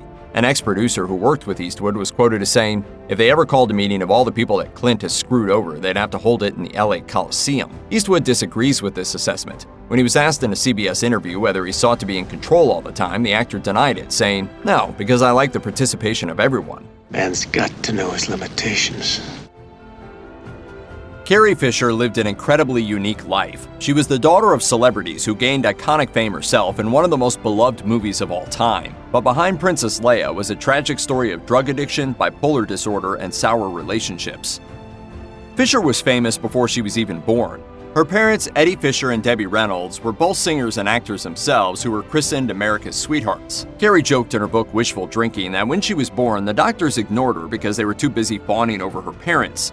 But in 1958, when Carrie was just 2 years old, the golden couple rocked America when Eddie left his wife for Elizabeth Taylor. Taylor and Reynolds had been friends since they were teenagers, and Eddie was even the best man at Taylor's 1957 wedding to his friend Mike Todd. When Todd died in a plane crash in 1958, the grieving Taylor and Fisher started an affair. Fisher and Reynolds divorced in 1959, and then he and Taylor married that same year. But that union didn't last very long either, as they divorced in 1964. Carrie and her younger brother Todd lived with their mother while growing up. They had a glamorous childhood in which they met several members of the Hollywood A-list. Carrie later wrote that she and her brother missed spending time with their mother, who loved being with her children but also worked a lot. The chemistry between Princess Leia and Han Solo was undeniable in the original Star Wars trilogy, and behind the scenes, it was pretty intense as well. In her 2016 memoir, The Princess Diarist, Fisher revealed that she and Harrison Ford, who was married at the time, had an affair in 1976 during the filming of the first Star Wars movie. It started at a birthday party for director George Lucas, when Ford rescued her from a group of crew members who had gotten the 19-year-old Fisher drunk. But then Ford, who was 33 at the time, took advantage of the situation himself. He took her into a taxi where they made out, and then they started an affair that lasted for the rest of the shoot. It was a 3-month one-night stand. Fisher also admitted in the book that she wanted to have an affair because she felt like it would make her seem like an adult, but looking back, she saw that she was naive and insecure. Nevertheless, she developed deeper feelings for Ford, who was emotionally aloof by her account. During her life, Fisher was a proud advocate for people with mental health issues. She herself was diagnosed with bipolar disorder when she was 24, although it took her 5 years to accept the diagnosis. In her 2008 memoir, Wishful Drinking, she described bipolar disorder as having a mood system that functions essentially like weather. Her bipolar usually manifested in mania, although depression became more common as she got older, especially agitated depression, which she described in an interview with WebMD by saying, "I was going much faster than everything else around me and it drove me crazy. You feel out of step with the world." Fisher's characteristic unflinching honesty and humor about her bipolar made her a champion for people who shared her diagnosis. In an advice column for The Guardian published in November 2016, she wrote to her reader asking for advice on coming to terms with mental illness by saying, "We have been given a challenging illness, and there is no other option than to meet those challenges. Think of it as an opportunity to be heroic. Move through those feelings and meet me on the other side. As your bipolar sister, I'll be watching." Fisher was also famously candid about using drugs and alcohol to cope with the emotional ups and downs that came with her bipolar disorder. She started smoking weed when she was 13, although she quit the drug 6 years later on the set of Star Wars.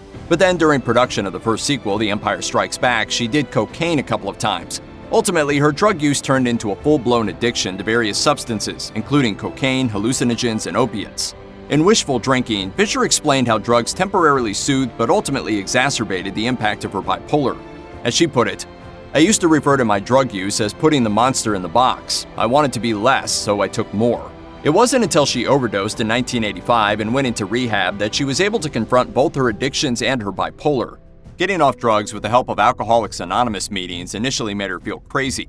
She also occasionally relapsed, and getting sober remained a struggle for her. Fisher was introduced to musician Paul Simon by actor Richard Dreyfuss in January 1978. On one early date, they ended up dancing at the famous New York nightclub Studio 54. She soon moved into Simon's apartment near Manhattan's Central Park, and they started an intense romance that lasted 12 non-consecutive years. As Fisher wrote in Wishful Drinking, "Paul and I had the secret handshake of shared sensibility. We understood each other perfectly. Despite their connection, the relationship wasn't without its problems. Simon struggled to cope with Fisher's mania and depression that were exacerbated by her drug use. They split up in June 1983, but soon enough they were back together, and that September they got married. The marriage only lasted 11 months, but after a year apart, they started dating again. What finally ended the relationship permanently wasn't their fighting or Fisher's erratic behavior. According to Simon biographer Peter Ames Carlin, while the couple was traveling in the Amazon, they took a powerful hallucinogen, and Fisher had a vision of being pinned down by Simon's brain. They split for good in 1990. During one of her off periods with Paul Simon, Fisher squeezed in another serious romance. In late 1977, when she was 21, she started hanging around with the Saturday Night Live cast members and writers, inviting them to her wildly popular parties in her New York apartment. She became good friends with John Belushi, bonding over a shared sense of humor and cocaine. On November 18, 1978, Fisher hosted an SNL episode that featured Belushi and Dan Aykroyd as the Blues Brothers, and the following July, she joined them for the Blues Brothers movie, which came out in 1980. Aykroyd had just split from his girlfriend, and Fisher was fighting with Simon. Belushi reportedly encouraged them to get together. At first, it was just a fling. Fisher appreciated Aykroyd's sweet nature, and he wanted to save her. After he literally saved her from choking on a Brussels sprout, the romance got serious. They even got engaged, with Aykroyd proposing on the set of The Blues Brothers. But after filming was completed, the relationship fizzled, and Fisher got back together with Simon. In 1990, a week after breaking up with Paul Simon for good, Fisher met and started dating Brian Lord, a senior agent at the Creative Artist Agency. They were together for 3 years and had a daughter named Billy in 1992.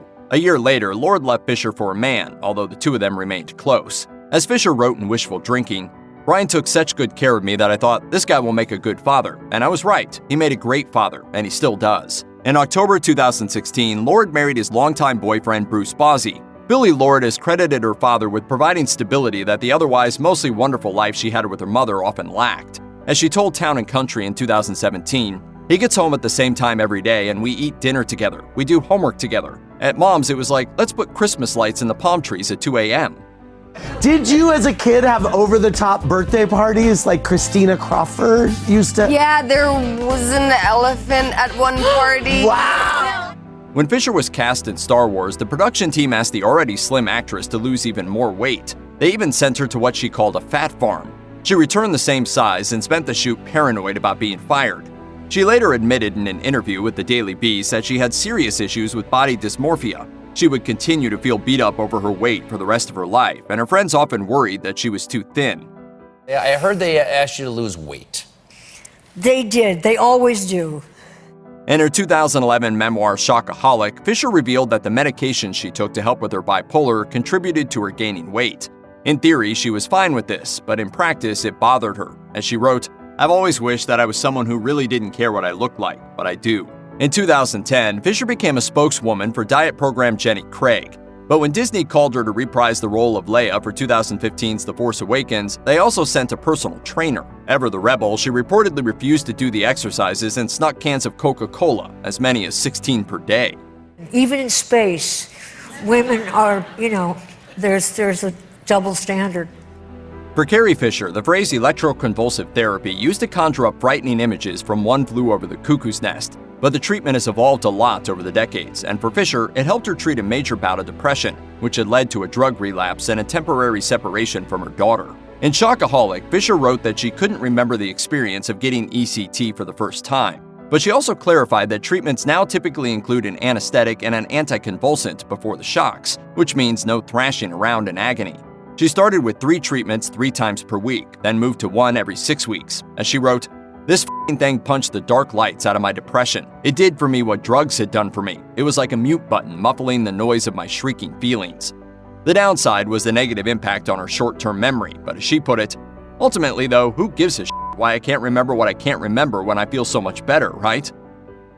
But you know what? When you're in the mental hospital, it's kind of okay because it can't get any worse. After Eddie Fisher left his family, his 2 kids lived with their mother. Debbie Reynolds was a devoted mom, but she worked a lot, which sometimes made young Carrie Fisher feel neglected. Fisher's own eventual fame also tested their relationship. Both mother and daughter were 19 when they starred in movies that made them instant icons, Reynolds in Singin' in the Rain and Fisher in Star Wars. Fisher struggled with the idea that she had to share her mother with her fans, and Reynolds struggled to see her daughter's fame overtake her own. Todd Fisher wrote in his memoir, My Girls, that his sister thought that their mother was always trying to compete with her, although he felt that the competition was mutual. Mother and daughter reportedly didn't speak with each other during Carrie's 20s, but by the end of both of their lives, they were extremely close, and still arguing. In 2010, Reynolds told the New York Times, "Carrie and I have disagreements and stalemates, but we still walk away loving each other."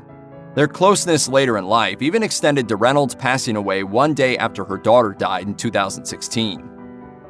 Carrie Fisher died on December 27, 2016, 4 days after she'd had a heart attack on a plane. In June 2017, the coroner's report stated that the official cause of her death was sleep apnea, in which air can't get into the lungs during sleep or unconsciousness. Additionally, tests showed that her blood contained traces of cocaine, heroin, morphine, and MDMA, although it wasn't clear whether these had contributed to her death. Fisher had been open about the fact she'd occasionally relapsed into drug use. Her daughter, Billy Lord, issued a statement to People magazine in response in which she wrote, "My mom battled drug addiction and mental illness her entire life.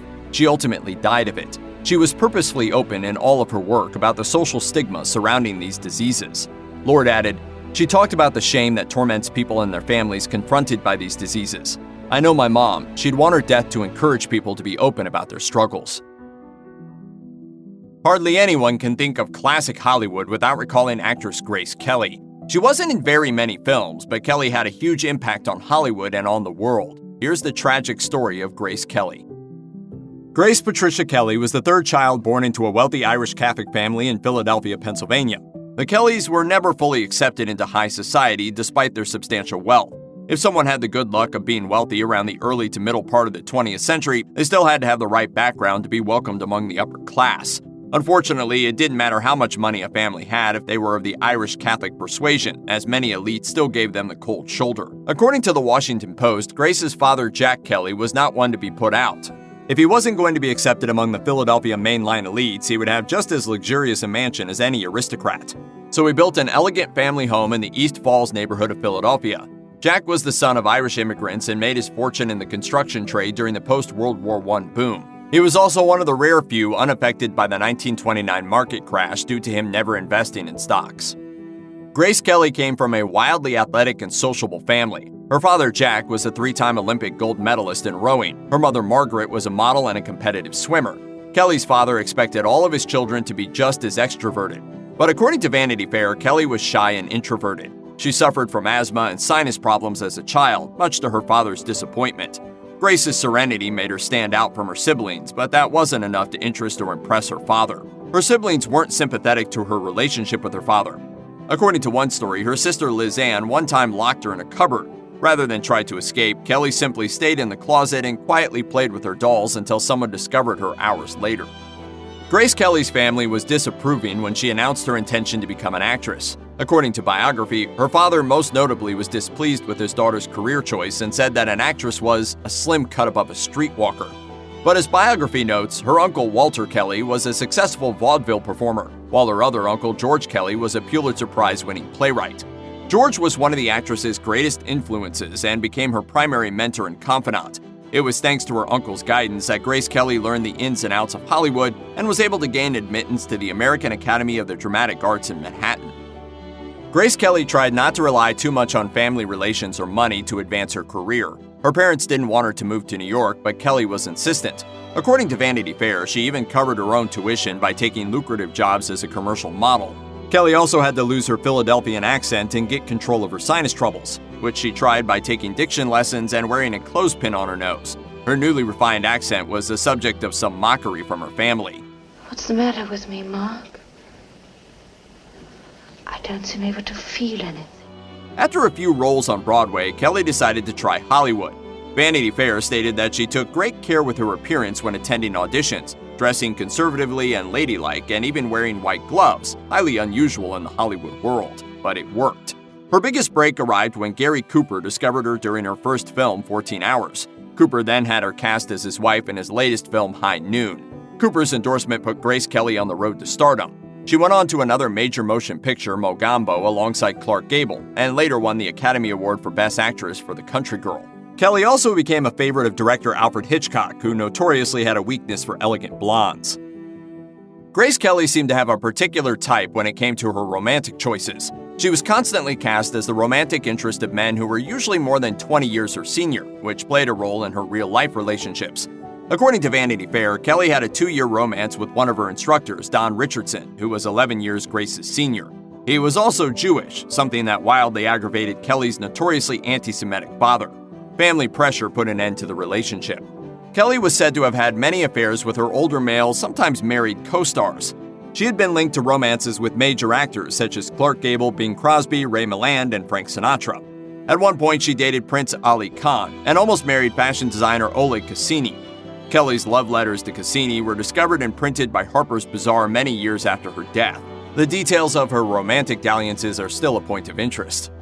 Grace Kelly met her future husband, Prince Rainier III of Monaco, at the Cannes Film Festival while promoting To Catch a Thief. Country Living stated that it was through actress Olivia de Havilland that Kelly was formally introduced to him. At the time, de Havilland was married to Pierre Galante, the editor of Paris Match magazine. After meeting Kelly on the train from Paris to Cannes, de Havilland asked Kelly if she would be interested in a personal meeting with Prince Rainier. De Havilland said many years later in an interview with People, "Grace struck me on first encounter as a rather reserved, self-possessed, well-brought-up young woman. After getting approval from MGM, Grace agreed to meet the prince. This initial first meeting would spark a correspondence between the two, which later resulted in their engagement. Kelly fell in love with the prince while she was filming The Swan, where she played a young princess preparing to become the wife of a European king. MGM also filmed the couple's royal wedding in 1956 and broadcast it across Europe. Grace Kelly found a love match with Prince Rainier III, but some have wondered whether there was a mercenary aspect to the marriage. According to The Telegraph, Prince Rainier came to the Monaco throne in 1949 after the devastation of World War II. He not only inherited a principality, but he also had to deal with the country's financial issues. Rainier decided to make Monaco a tax haven and made it look more appealing to foreign millionaires, tourists, and businesses. But the unmarried Rainier needed his future wife to bring a tidy sum into their marriage, and a beautiful Hollywood actress could bring the money and the publicity to Monaco. Kelly wasn't even the first actress on Rainier's shortlist. According to the Chicago Tribune, at one point, Rainier had an interest in Hollywood cover girl Marilyn Monroe. A letter was sent to her from Rainier, but Monroe ultimately turned him down, not fancying herself the princess type. Also, Monroe was beginning her romance with playwright Arthur Miller and was eager for more serious film work. But Rainier eventually met Kelly, who had the looks, the prestige, and the cash. As it would turn out, becoming a princess wasn't as charming as it's hyped up to be. For Grace Kelly, the actual path to princesshood was far from a fairy tale, according to the Chicago Tribune. Why don't you own a place like this? Palaces are for royalty. We're just common people with a bank account. In order to marry and become a royal of Monaco, Kelly would unfortunately have to give up her acting career and renounce her U.S. citizenship, a hefty price to pay to marry into international royalty. Since money was a concern for Monaco, Prince Rainier insisted on receiving a dowry for Kelly to have the privilege of marrying a prince. The asking price was $2 million. Despite having the money, Kelly's father wasn't thrilled about paying for his beautiful, famous daughter to get married. But the prospect of a royal in the family and all the benefits were too good to pass up. Father and daughter agreed to each pay half on the dowry. Kelly also had to submit to a fertility test to prove that she could produce heirs. Nothing says fairy tale like an invasive and uncomfortable medical procedure. That's exactly what was running through my mind. The reasoning behind the test was that Monaco still had an old agreement with France from 1918, which dictated that if Monaco had no heir, the principality would be returned to French rule. So, as invasive as a fertility test was for Kelly, for the royal family, it was a necessity. Kelly agreed to the medical exam, and once she was in the clear, the wedding could proceed. Prince Rainier may have had a vested interest in marrying a beautiful starlet, but that didn't mean he had any admiration for the acting profession. Grace Kelly's Hollywood fame brought significant and valuable publicity to Monaco, but Rainier disapproved of Kelly's former career.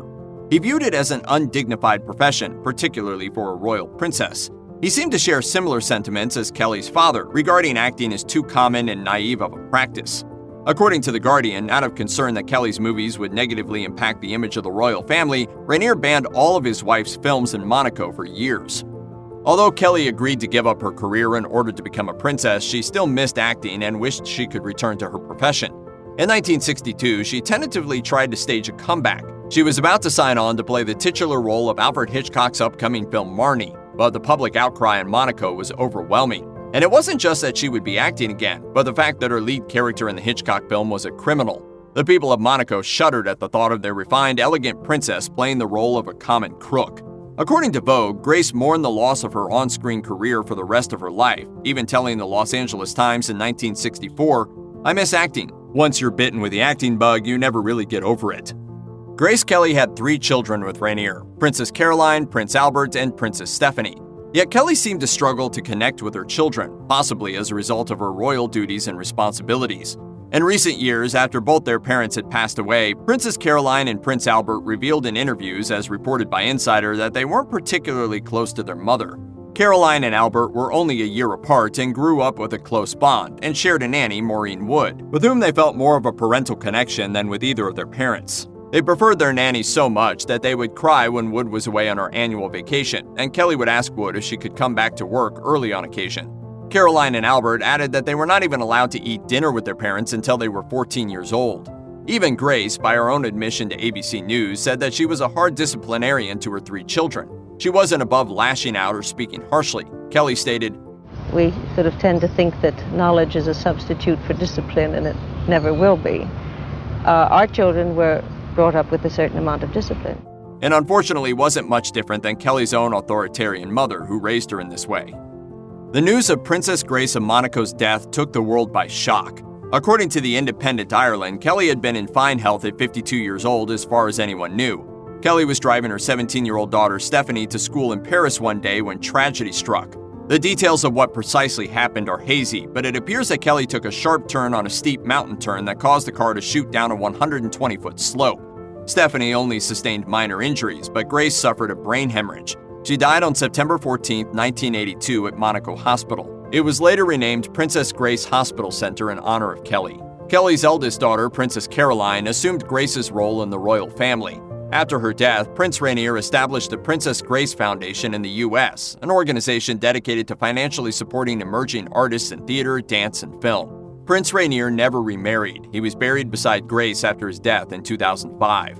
At her funeral service, co-star and lifelong friend James Stewart said of Kelly, "Grace brought into my life, as she brought into yours, a soft, warm light every time I saw her, and every time I saw her was a holiday of its own."